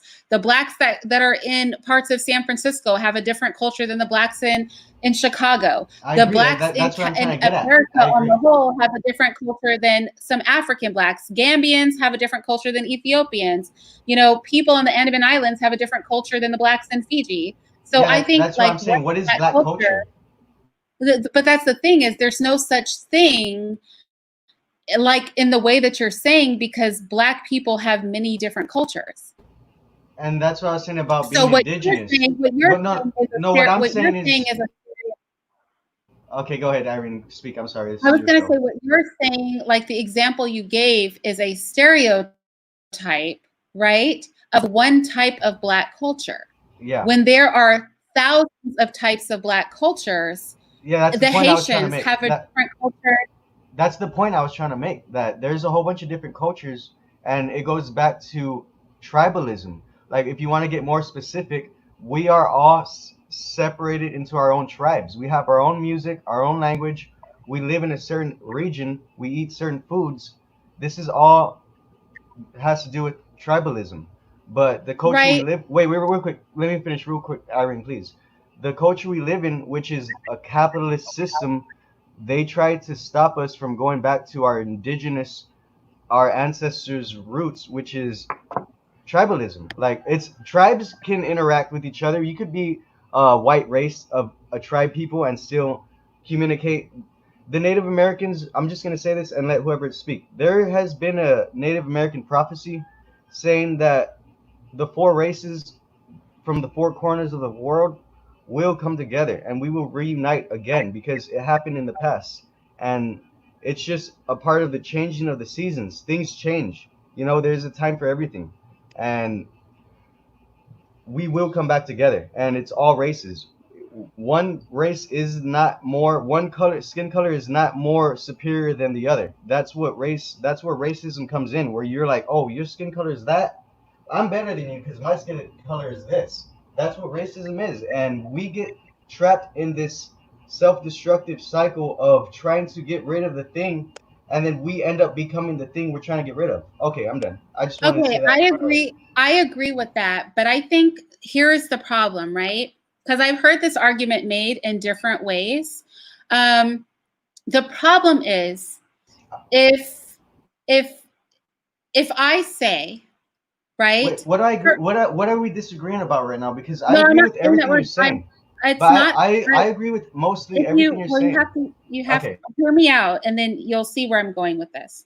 So, first of all, I would like to say that although there are different Black cultures, there is a united Black experience, right? So, a Black in Haiti and a Black in South America, a Black in Brazil, a Black in Fiji, you're talking a about Black oppression, right? in Australia. Wait, so there is a unified experience of Blackness that transcends tribe and transcends culture, right? So when we talk about Black issues, we're talking about this universally lived experience of Black people that has been repeated continent after continent, regardless of the culture or the lineage of the Black people. So I think it's important, one, to say that. Two, I think the other thing is I agree with you, and I feel very strongly about not becoming the thing that you're trying to combat. But I think we walk a very fine line in our attempt because, for example, I'll have conversations. This is really popular with Black people from California. I'll have conversations with really good friends of mine who will say, it's not race. It is it's it's socioeconomic position, right? But then if the majority of the people in the socioeconomic position fall into a quote unquote race, well, then we can't pretend like skin color has nothing to do with it. So we walk this fine line. I think we can be honest about the issues surrounding a thing without being hateful, because I think that's really what the difference is. It's honoring the truth without hate and not confusing honesty with hatred. I think if you hate a group of people, which is why I always say don't try to dehumanize white people, because they dehumanize us. So if we start using their tactics, then we essentially become dark-skinned white people in our ideology. But we have to walk that fine line. Meanwhile, chaos. Hello, Everett. hello, Oh, okay, hello, go ahead. hello, hello. Um, Mhm. hmm, it's interesting. It's very interesting. Um, I think where the world's going right now, confusion is the best thing for control. I've been really doubting about this people that's mixed and stuff, and I don't know, man. Black people gotta make a decision. Do they want to keep it somewhat black, or they want it to be something else? Because that's what they're pushing. And we as people, because we have brains, we have common sense, we can make that decision to either procreate with people that are don't look like us, or whatever percentage look are some of us, or we could just go straight up and say procreate with somebody that's different from us completely. I mean, the choice is yours. Um, I've been hearing a lot of discussions for like the past month. Even people that are celebrities that are what I'm hearing now are not even black. I heard even they said Beyonce's not black, and I said, "Wow, that's that's new to me." I mean, I don't know where people get this shit from. I I'm astonished. And usually it's not from men. Usually it's from the women in our community.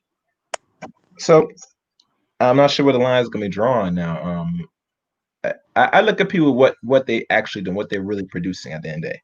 You know, I could talk about it all day, every day, but if I'm not creating black people, even if in my own side, then really it's just a waste of time. It's just babble. It's talk. You know, I mean, yeah, the children could choose which they want to be, but because we live in a society that we do not control and run, at the end of the day, the environment is going to dictate. And the reason why mixed people are can't really say they're mixed on the average because especially here in this country, outside America is different maybe, that there is not actually an actual class where say you are here. We put you here, we label you, that's it. We don't call you this. We said we put you this. Not in America. Outside America, yeah, they will call you half caste on stuff because that's how they want their society to be structured. Over here, they're not doing that yet. But when the census come out, we'll see if they're going to actually give that label and stay firm on that label and promote that label. But other than that, it's just hogwash. You know what I'm saying they separate white and black. And they say we got that one little what they call it, nigga blood. You're black. You know what I'm saying, and much times we want to accept it or don't accept it. We could say one thing, but the society that runs things, they're gonna tell us other. And that's what people that are actually mixed have to deal with. It's not they make the rules, the people that run things do. So that's all I'm saying. Well, Right. But the thing is, yeah, but the thing is that, and that was my initial point in the first video I did on this, is the rules were made for us during slavery, right? The rules in every westernized country were made for us during colonization and enslavement and the rape and pillage of those places. Just because the status quo chooses to create a hierarchy or chooses to separate people into categories of their choosing, this is 2020. We don't have to keep doing that. Irene, can I interject real quick on what you're saying, please, real Sure. fast? Yes, I agree with you. That's what I'm saying. I agree with what you're saying, and that's what I was trying to tell you, dude. That before we had this ideology of black and brown and white people, well, yeah, obviously we always kind of judge people on what we see, you know. But I'm saying this whole ideology that you have was forced upon us, dude.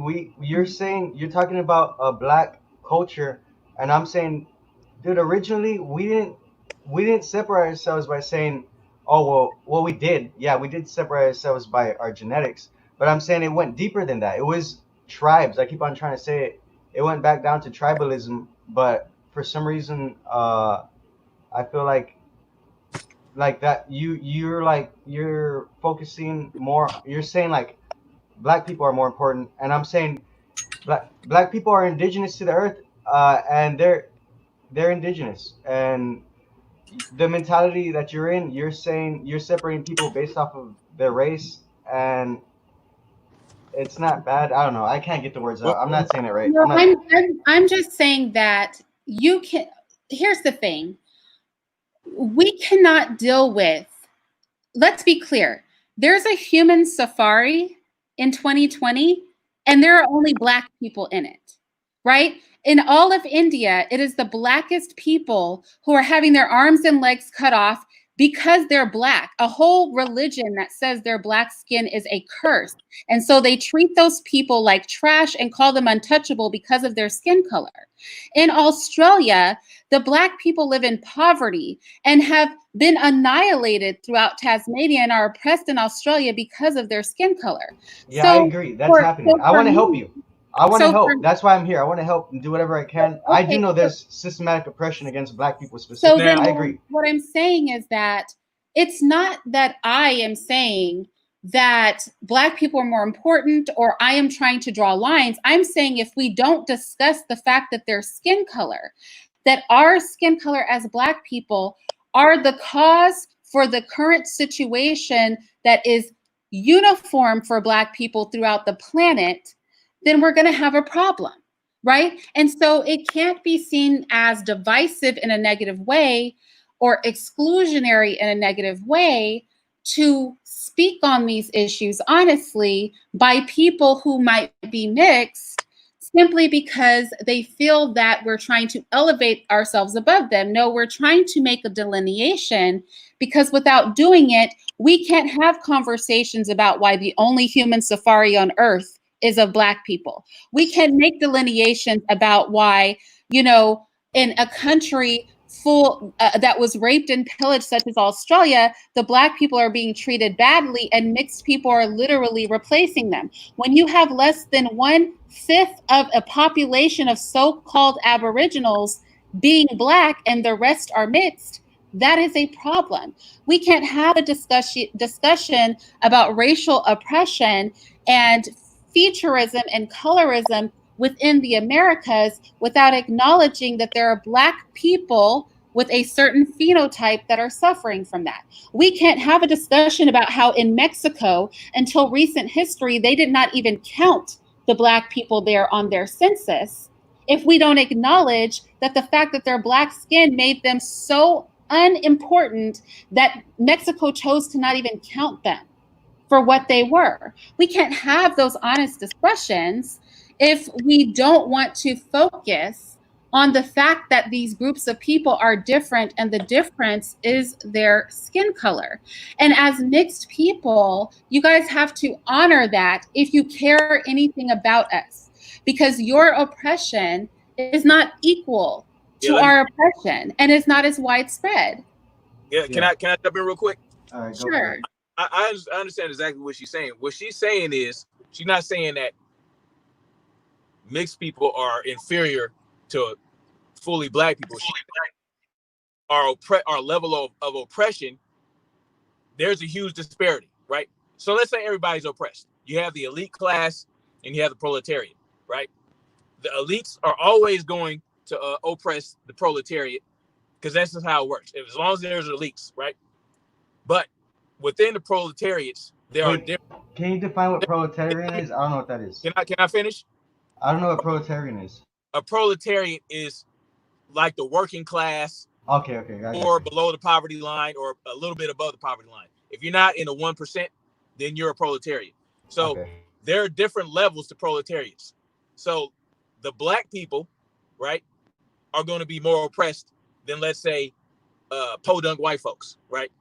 Yeah. Like, so that's what she's saying. And then if you have mixed people within Black people, mixed people are not going to be as oppressed as more obviously Black people. That's all she's saying. She's not saying that. Yeah, I agree. Black people. She's saying that mixed people have to recognize that. If they don't recognize that and they pull away, then that takes away from, you know, they think they're going to get along with the white folks, but really that's going to leave Black people more vulnerable. And she's saying that the differences have to be there so that mixed people can understand that there is a disparity between mixed oppression and Black oppression. That's all she's saying. She's not saying that she's better or that Black people are better.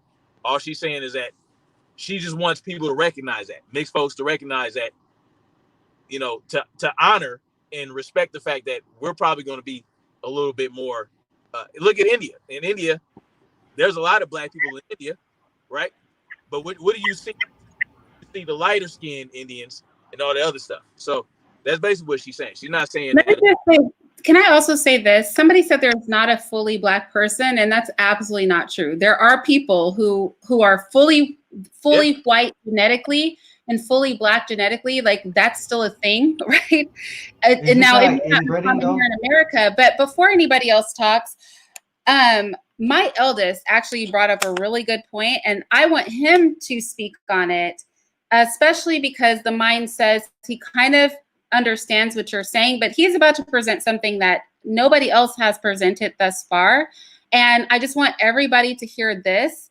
And I think it's also relevant because he's mixed, but he's looking at the situation with objectivity, or without objectivity. So hold on 1 second, because I want him to speak on it.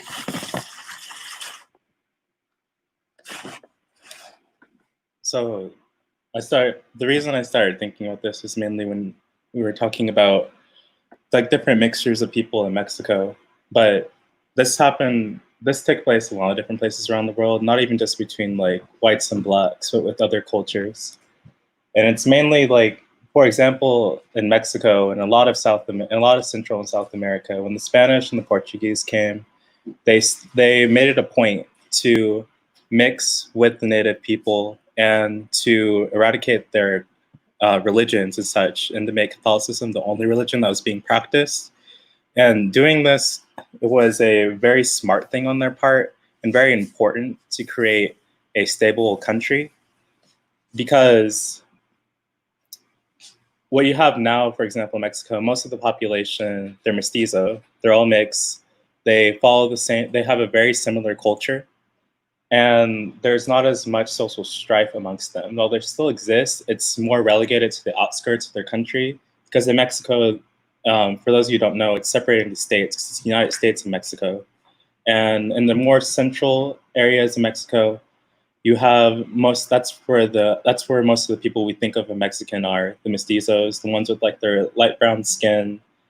And then further down to the south, you start running into more of the native people, and the people who also largely mixed with a lot of the slaves that were brought over.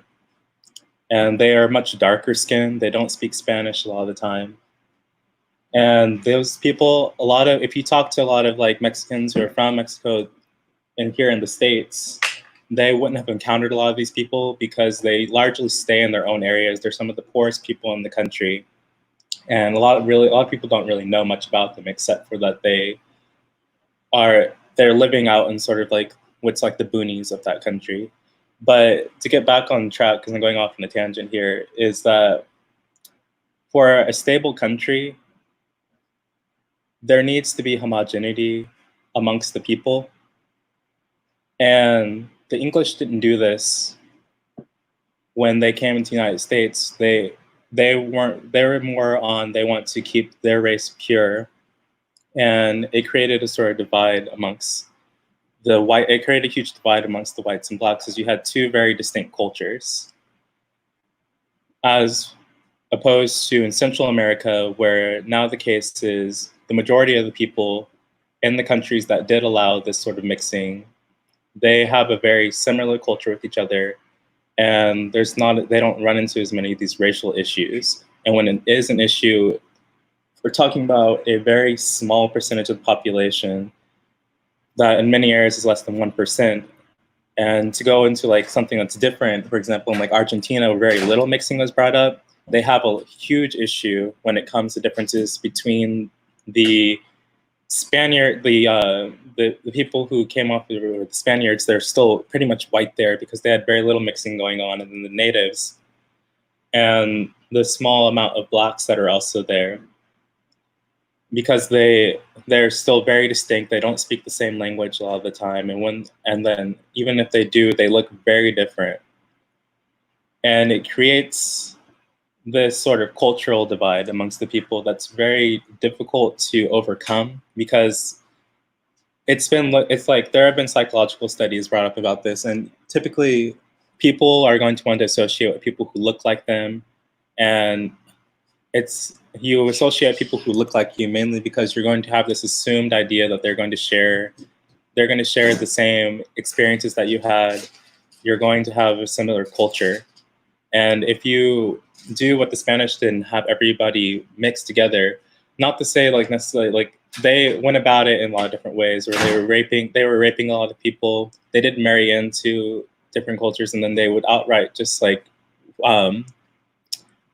they would force people into like their societies and force them to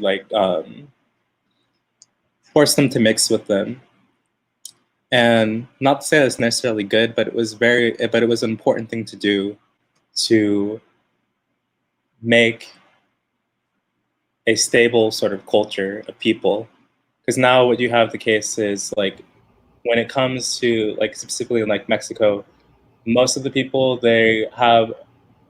while there's a range of skin tones, most people are falling into that sort of like almost caramel type skin color. Well, you have people that go on different like ranges of it. We get like really, really light people and really, really dark people.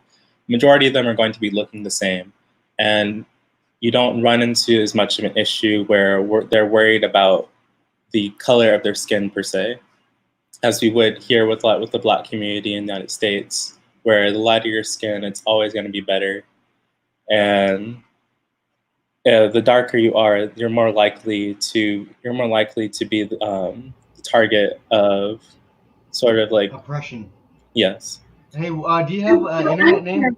Javier, because he's my eldest. Do you consider yourself Black? No. Okay, so you don't consider yourself Black. You consider yourself mixed. Oh, yeah. Okay. Are you done? I'm gonna put on this paragraph.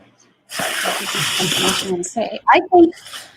I think I'm glad he spoke in it because he was explaining this to me like while we were having the conversation. I was like, I wanted him to say it to you guys. I think I agree with everything he said, but I might take it to an end that he definitely wouldn't take it to, which is that there was a psychological and social strategy about mixing up the populations. And there was a reason why Europeans who colonized different places chose to create these sort of mixed caste people because, and I'm sure all of you have heard it when people are like, you know, mixed people are the future. Like I've literally had people approach like, we are the future, you know, they'll look at my kids and be like, we're the future, you know, there will be no racial strife once we're all just mixed up, right? And I feel like this is a part of social Darwinism. And part of that is delimiting cultures. I agree. And that homogeny that he was talking about, like when you look at Latin America and everybody kind of looks similar, that homogeny is a tool for, and I'm not saying he said this, I'm saying this, it's a tool for control because it prevents disharmony and things like that, which then just brings home what I was saying earlier, which is this agenda where mixed people are being used to represent communities that they are only partially a part of, so that you even get accustomed to that mental state of associating Blackness with something that is racially ambiguous. I agree, Irene. I literally came to the same conclusion that you're talking about. I agree with you what you're saying. Just because I'm a mixed person, I don't think like the solution is we should all be mixed and everything the world's gonna be better. I agree with what you're saying. There is races and it's not bad for them to literally that's what's been throughout history. That's how things have been, and scientists are the ones who try to like change shit up and think that they know what's going on. And that's why I say, Irene, I feel like you're not really but you don't, from when I hear you talk and you like to focus on facts and evidence and stuff, I feel like you're really leaning towards a lot of scientific evidence and facts and using that as your, I don't want to say crutch, but your belief system. That's what you use for your belief system is science. And in reality, science can't really explain much. Like in reality, they can't even explain where we came from or how all this came into existence. But they want to try to act like they have the answers to things. And all I'm saying is there's a lot of deep truths that go on, and they're beyond words. And I want to help you, Irene. I am mixed, and as a mixed person, I'm saying I've been here listening to you, and I'm ready and willing to help everybody, not just the Black race, because I have conversations with the Black race, and even though it frustrates me, I'm gonna make a video about it. I have conversations with the white race, and yeah, they don't even let me like comment on their YouTube thingy. Like I try to comment some stuff, and they don't even let me comment. I can't even. I'm on here right now talking to y'all. If I try to go onto their thing, they're not gonna let us talk. It's just nothing but white faces on there. So I know. I do want to just address something I'm seeing in the chat. Okay. I am not in any remote way, shape, or form, nor do I promote, the idea that mixed people should not exist, the idea that we should check who people procreate with, the idea that, mixed people will always be weaponized to be an oppressive class. But I do recognize that, and that's why I wanted to have this conversation, mixed people can be used as a buffer and oppressive class. We've seen it go both ways. We saw in South America where mixed people rose up against the Spaniards. They did not align themselves to the Spaniards. We see South American countries where that happened. But we saw in Haiti where the mixed class was used as a buffer class in the governmental structures against the Black Haitians. We've seen in Australia where there's been one point in time where mixed people stood alongside their Black Aboriginal family, and another side where they tried to replace them. So, I don't think, that my goal is not to drag mixed people. I don't think that that's right. My goal is that as mixed people and as Black people, we recognize the historical manipulations surrounding our interactions with each other, that we are honest with them so that we can know how to prevent these problems in the future. So when I say a delineation should be made between a mixed person who has one parent, right, that is clearly not the same race as the other parent, and somebody who has two parents that are the same, that I'm saying that because if we don't make those distinctions, honor them, and have some sort of code of conduct, then we will end up in a situation where the existence of these people can be weaponized because we all want to stick our heads in the sand. And we have to learn from history. We have to learn from history. We have to learn from history so that we can be protective and corrective about the things that are going on in the community and not watch history repeat itself. I think that is essential. But I just really want to stress that I am not on board with hatred toward mixed people. I'm not on board with telling people who they can and cannot marry, who they can and cannot reproduce with. I'm not on board with dehumanizing any group of people, including whites. I'm not on board with any of that. But I am on board with honesty. And I do want mixed people to feel that they can be allies to their Black family without having to feel that if they're not made the same as Black people, that they should not engage in the community, right? Because they do have Black blood, but then we have to honor that they are different and that their history on the planet is unique and has been weaponized for both factors, for Blacks, like I said, for both Black people and white people. Mixed people have been weaponized, right? And so we have to honor that history and have honest conversations and not fall back on old colonial narratives about the placement of these individuals in society. I find that despite people thinking a lot of mixed people are confused, it's not that a lot of mixed people are confused, it's that they don't have the freedom to be them. Because we, on either side of the coin, keep trying to define them to our purpose. And it's not helpful to us as a community to do that. It's problematic.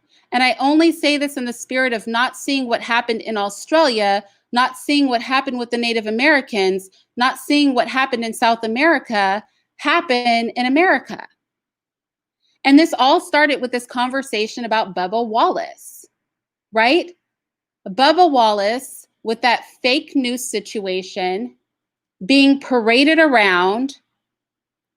Same thing with Obama, being paraded around as a Black person when we know that President Obama being president is not the same as a dark-skinned Black man being president, that he was acceptable to them because of the fact that he was mixed. It made him more palatable.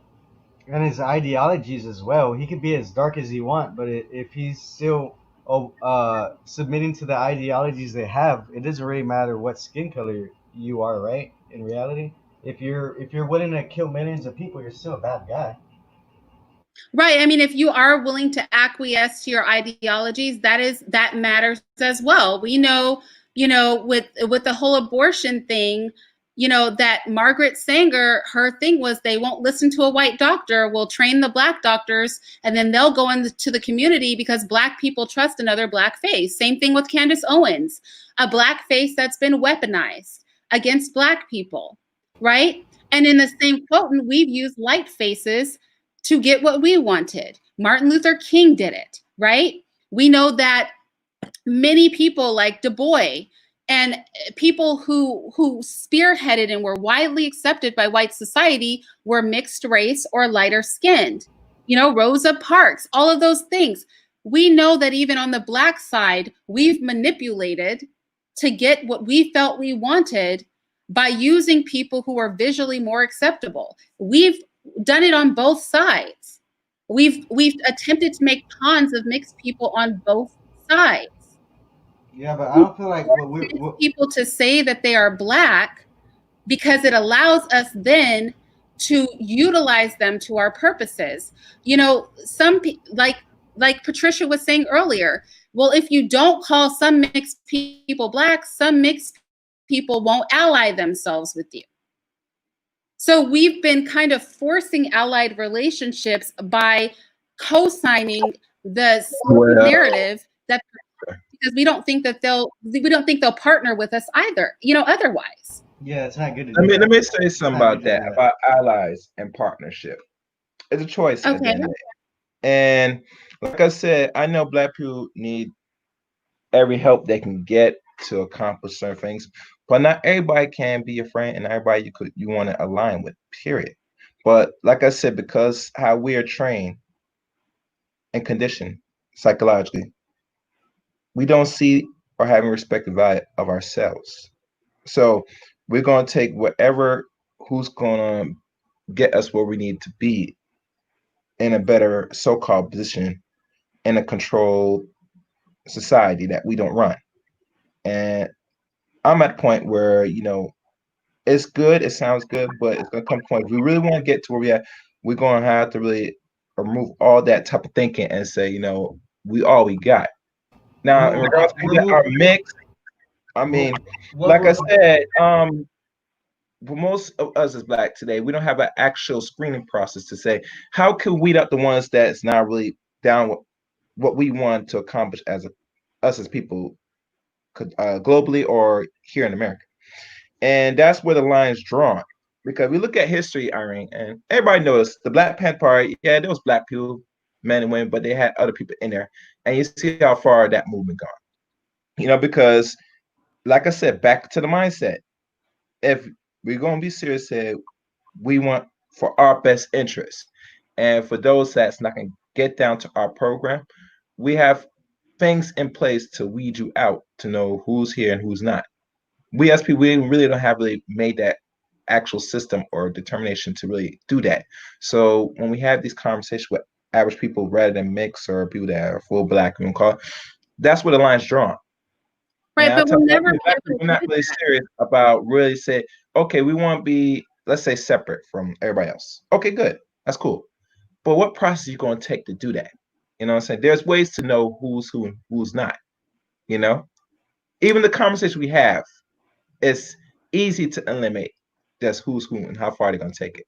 Now, there are some people that could sit there, will play along and accept everything. Yes, and then say, oh, they pass this. Yeah, but there's more of a deeper criteria. But like I said, if you're not firm in your convictions on how you want this to be, this black people say, we are black, no one else can represent us, no one that's mixed or that other outlets that's promoting black, we're not going to accept, and we're going to create our own separate thing where it said, what you're saying is not representing us, but we have not come to that movement or conclusion as a people to say we're going to do this for our self-preservation. Until we get to that, it's just babble. But go ahead. You about to say something? We're not going to get to that point. This idea of uniform conformity this idea of uniform conformity is never going to happen. And I think as Black people, we need to really recognize that, right? We need to really recognize that all Black people aren't going to conform to one ideology. It's simply not going to happen, and we need to accept that and learn how to work together despite that. You know, because like earlier you were saying, we have to decide if we're going to admix or not. I know somebody else was saying, where's he at? A mixed young man was saying, you know, we need to just not admix.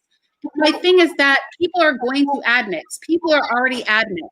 So we have to deal with we're going to have to deal with what is going to be realistic in the current climate. And what is realistic is that we have to recognize that the Black community is diverse. We are not going to be able to get everybody to conform to our ideologies.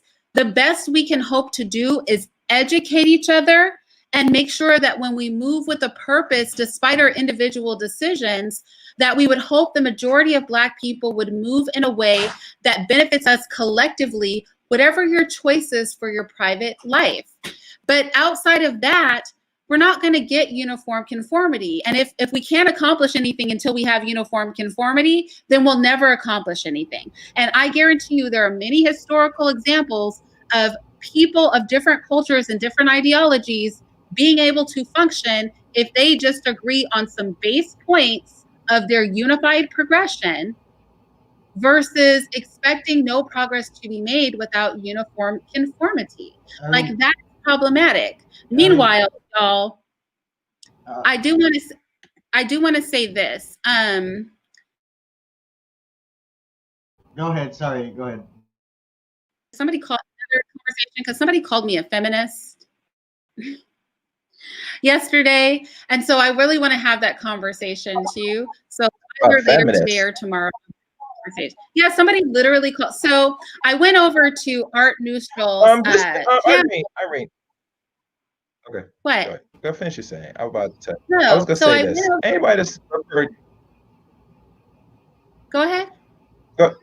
I would say if you're going by any of these comments or at the end of your videos and a man or woman whoever calls feminist, just ignore it because people don't know what access feminist really is a compile for what its real purpose is. Yeah, because I'm hearing this from a lot of Black people telling certain women that say, "Oh, you're a feminist. That sounds like feminist." Well, last time I checked, feminist women, especially if we're talking about Black people, are not really married. You know what I'm saying? But the white ones are.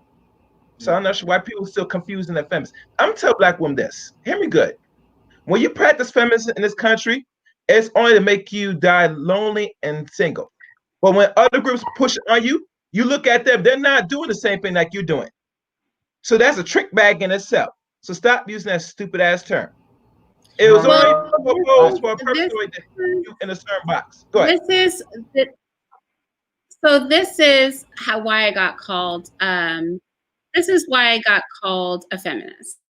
Okay, I got called a feminist because I went over to Art's channel and they were having a conversation with regard to Black women being liberal and the Black community on the whole being liberal. So I said, you know, I feel that Blacks are conservative in our ideologies. Like, although more Black people are starting to accept homosexuality, that's not the norm in the Black community. The general norm for the Black community is Christian with conservative ideologies. That's the norm, right? It may not be the loudest majority. The minority is a lot louder, but most Black people are not homosexual, don't approve of homosexuality. Most Black people are conservative, you know, with their value system. Most Black people, whether the home has a father in it or not, do believe in traditional family structure. That's most Black people. And it has been us historically. So I said, I feel that Black people are conservative from ideology, right? But so they lean conservative from ideology, but they stop short of being Republican, which is a whole different thing. So Black people are not Republican, but their ideologies are actually conservative. And that's and just to expound on that, that the far sort of left movement is actually pushing Black people out, because Black people aren't down for all this, 15,000 genders and all of this stuff. Most Black people are not. So one of the men on the panel was like, well, you're a feminist. And I was like, how am I a feminist? And he was basically like, because I essentially disagreed with a man. That made me a feminist. And that any disagreement with a man, or any sort of not listening to any man, right? Just any old man, made you a feminist. And so that was a feminist talking point. And I was like, okay, so every man Irene, is not Irene, wise, and every man should not be bowed down to. If it means that unequivocally bowing down and listening to everybody with a penis is all it takes to be dubbed a feminist, that would be ridiculous, right? Yeah. And he was like, see, that's a feminist talking point too. Now, I know this man was very extreme and ridiculous, but I still think like I want to have this conversation. I'm not going to have it right now, but I'm definitely going to have this conversation, because that was ridiculous. But I want to talk about that sort of ideology. Yeah. I would say, yeah, I wouldn't even give him any of your attention or like mental whatever energy, because yeah, it's just bullshit that he's saying. Like, you're not a feminist for saying that. He's just trying to derail you from the actual conversation. Somebody was doing that to me. Like, I was talking to two women about sex trafficking and whether or not we should legalize it, and it should be something that we, protect women. We help them do not sex trafficking, sex work, because she said there was a difference between sex work and sex trafficking, even though they're, go hand in hand. She was saying. Damn it, I forgot where I was going with that. I was okay. I'm sorry. I drank a little bit of alcohol. I forgot. I'm sorry. Oh my gosh. Okay. We're going to get out of here, because I really do want to have the feminist conversation. Like 5 hours already. Maybe somebody posted something about I was wrong about the Black Panthers. Let me make this clear to the woman that's understands. Anytime you had to go seek out, and it was an Asian that helped got them the guns, that means you don't know what is coming in your organization and helping you get certain things. And last time I checked, when we found out, this guy was an informant. So I tell Black people, you better screen people who come to your organization very well. Don't give me that bullshit about saying we have some people in this. No, he was like actually an FBI agent, though. He wasn't even an informant. Like, he literally worked for the FBI. He was like a whole FBI agent. Well, how are we supposed to make Irene, wherever you want to call it, okay, that's even better. Better say that. You know what I'm saying? But don't tell me, give me this crap about say they didn't have this and so. No, we gotta call it out what it is. When we look back 50 years ago, and how it should have been dismantled a long time ago. But because Black people don't have that mentality to know what they want out of any movement and what is the end game, this is what you're gonna have. And I think one person said about we should not be mixing. I remember there was a celebrity, I remember this on another brother's show, Upload, how one celebrity said that if Black people want to stop racism, they should need to stop having sex with not only with other groups of people. I said, that's not a bad idea. But the problem is you got to have a mindset for that. We already been conditioned for centuries to love everybody, do everybody, and it's nothing. You can't tell Black people nothing now from the 20th century, even going on to the 21st century. So it sounds good, but until it's put in actual practice, it's just garbage. And that's all I'm gonna say. Well, let's just say this: nobody's gonna stop procreating and dating a variety of people. At the end of the day, men are going to date women that they find attractive and mentally stimulating, and women are going to date men that they find attractive, mentally stimulating, and are providers. And that's how people pick their spouses on the whole. So I think like the idea, like it's simply never going to happen. People should just really let go of that ideology. Like, you can do it in your home, you can teach it in your home, but to think that this is going to become widespread, I think would be foolish and very frustrating. But with that said, I just want to touch on what Cassandra said. There are conservative homosexuals because homosexuals are manipulators. And they have people like Blair White who live very left lifestyles, like a man living as a woman, who then come and speak conservative talking points so that people feel that they are more acceptable. Because if you like one conservative homosexual or transgender, you start to think maybe they're not as crazy or off kilter, or maybe it's not as disgusting. And then that's how they work their way and kind of worm their way into just regular healthy society. So somebody being conservative or claiming to have conservative values when your behavior is completely the opposite, like that is, you know, a bait and switch that I personally never ever fall for, because I know what they're doing. They're trying to put on an acceptable face and be like, we're not all weirdos. We're not all out here doing extreme stuff. But no, your whole lifestyle is an act in extremism. You can't be taping your penis down and dressing like a woman and have fake breasts as a man and then be out here talking about conservative talking points. Like, you are literally spewing conservative talking points while dressed as a woman. That's like oxymoronic as hell. And it's very manipulative. But I agree with you. There are a lot of extremist people with extremist lifestyles who masquerade as conservatives because it serves their overall agenda. But it would behoove us to just not be, you know, not be fooled by that. But anyway, yeah, I'm going to take a little bit of a break, and then I'm going to come back to have this feminism conversation, because I'm just I'm wondering who is on board with this, because I promise you, in all my life, I have never been called a feminist. Trust and believe, that's the first time that has ever happened. Okay. I'm probably one of the most traditional women that a lot of people will ever meet. So I was like, yeah, never in life have I been called a feminist. Like, not even close. But yeah, I thought that was very interesting. Irene, Hey, I want to say something real quick. I remember what I was gonna say. I too was caught. I was caught out for mansplaining, and in reality, I was. My mom was asking me to say these things to these girls, and I was repeating verbatim what she was saying to me to them. And some guy came on the panel saying that I was over here mansplaining, and I was like, yo, I'm gonna have to make a whole thing about this, because yeah, I'm not mansplaining. I'm over here trying to share my mom's opinion, and these dumb people over here are trying to like divide and cause confusion, and you know, say some shit that's not even true. But yeah, that's it. That's what I was trying to get at. I don't think you Irene are a feminist. Everything I hear you saying so far, I've never once thought, oh, she's a feminist. But you don't have to focus on that. what's good, But Aaron Collins?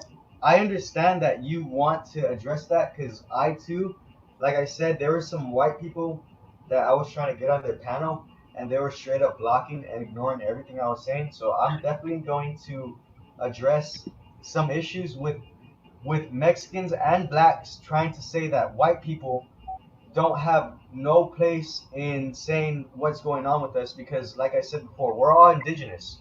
I don't like when other races try to be racist, even if it's my own race.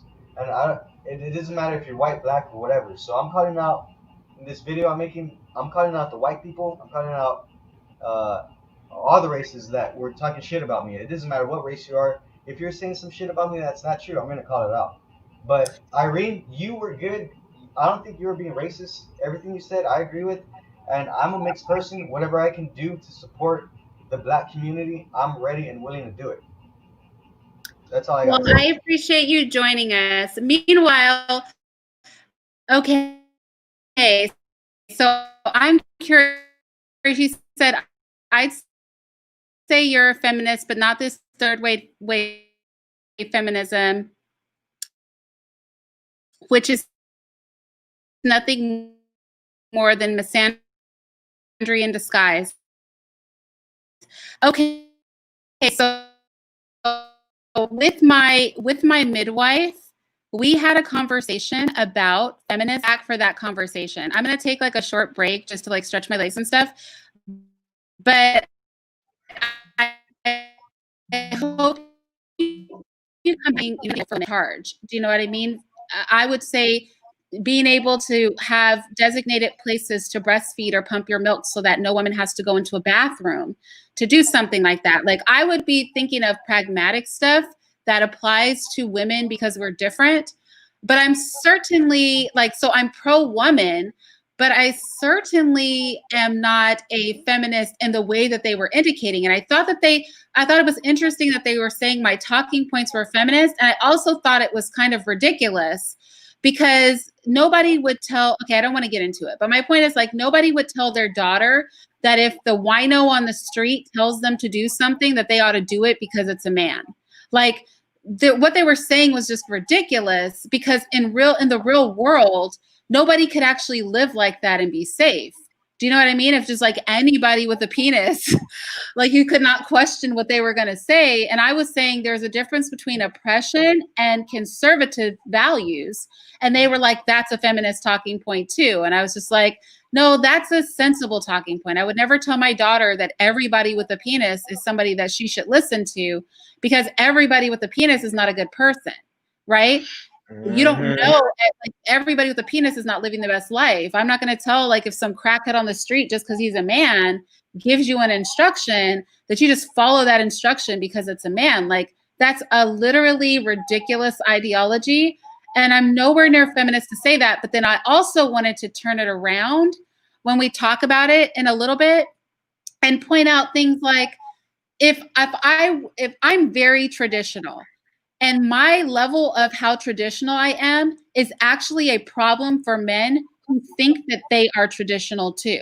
Because when it really comes down to caring for all of a woman's needs, never being able to pass the buck, paying every single solitary bill, taking care of multiple generations of women in one household. We're talking the grandmother, the sisters, the female children, and the wife.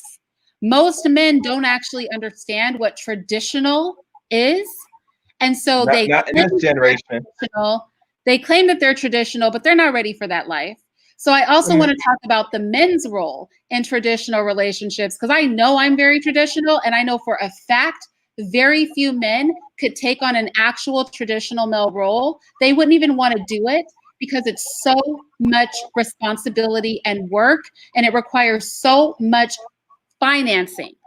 They would not want to do it. They're not trying to live that life, but they're very quick to point out you not listening to them, but they're not as quick to point out that they're not going to have 3 and 4 generations of women under their roof that they financially support.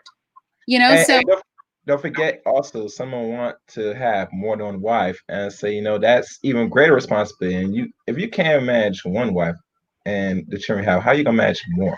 And it's insane. I know in this society, this culture in America, us Black people, that we're doing things anyway, but it's unorganized, it's dysfunction, and like I said, to really be an action man inside, you're gonna have to say you have to be responsible. And like I said, if you're not providing over 75 or hell 100% of everything, then you can't have this discussion. You know what I'm saying? It takes work. And a lot of Black men today, because how they've been groomed, I'm saying, and I think the mothers could do a little better grooming their sons, but that's another story. We're not going to talk about it. But because this, now, when you hear about tradition, they should always got to think, what is that? What that no, wait, no, don't go into it, because we're going to talk about it later. Yeah. But we're gonna stop here. We're gonna say, stay on the line, end the stream, because don't talk about it now, because we're going to talk about it later. But Cassandra, why it would happen is because that's how it's traditionally done. So if a man starts talking about, I want a traditional woman, I want a woman who doesn't question me, how it is traditionally done is that when you marry a woman, if she has an unmarried sister or a mother or something like that, or even the man's mother, all of those women live in the household with him. And while they do take care of him and stuff, he financially supports them all, every last one of them. So we're going to talk about what traditionalism is, because I'm very traditional and nobody's ready for that life. They're just, people are ready to hurl and claim feminism and all this, but I don't think half the people know what they're talking about when they start talking about a traditional household. And most men aren't trying to do that. I know men that do it, but most men are not trying to live that life. They really just want you to listen to them. They're really not trying to do all the other things. So give me about, 30 minutes or something like that. Make it an hour. Make it an hour. Let's be safe. So let's talk about, like, yeah, 30 minutes to an hour. Let me stretch my legs and stuff and get my thoughts together. But I want to tackle this because I've never been called a feminist, and I thought that was hilarious. And I was like, we're going to talk about this on my channel. But anyway, I will talk to you guys later. I'll see you in a little bit.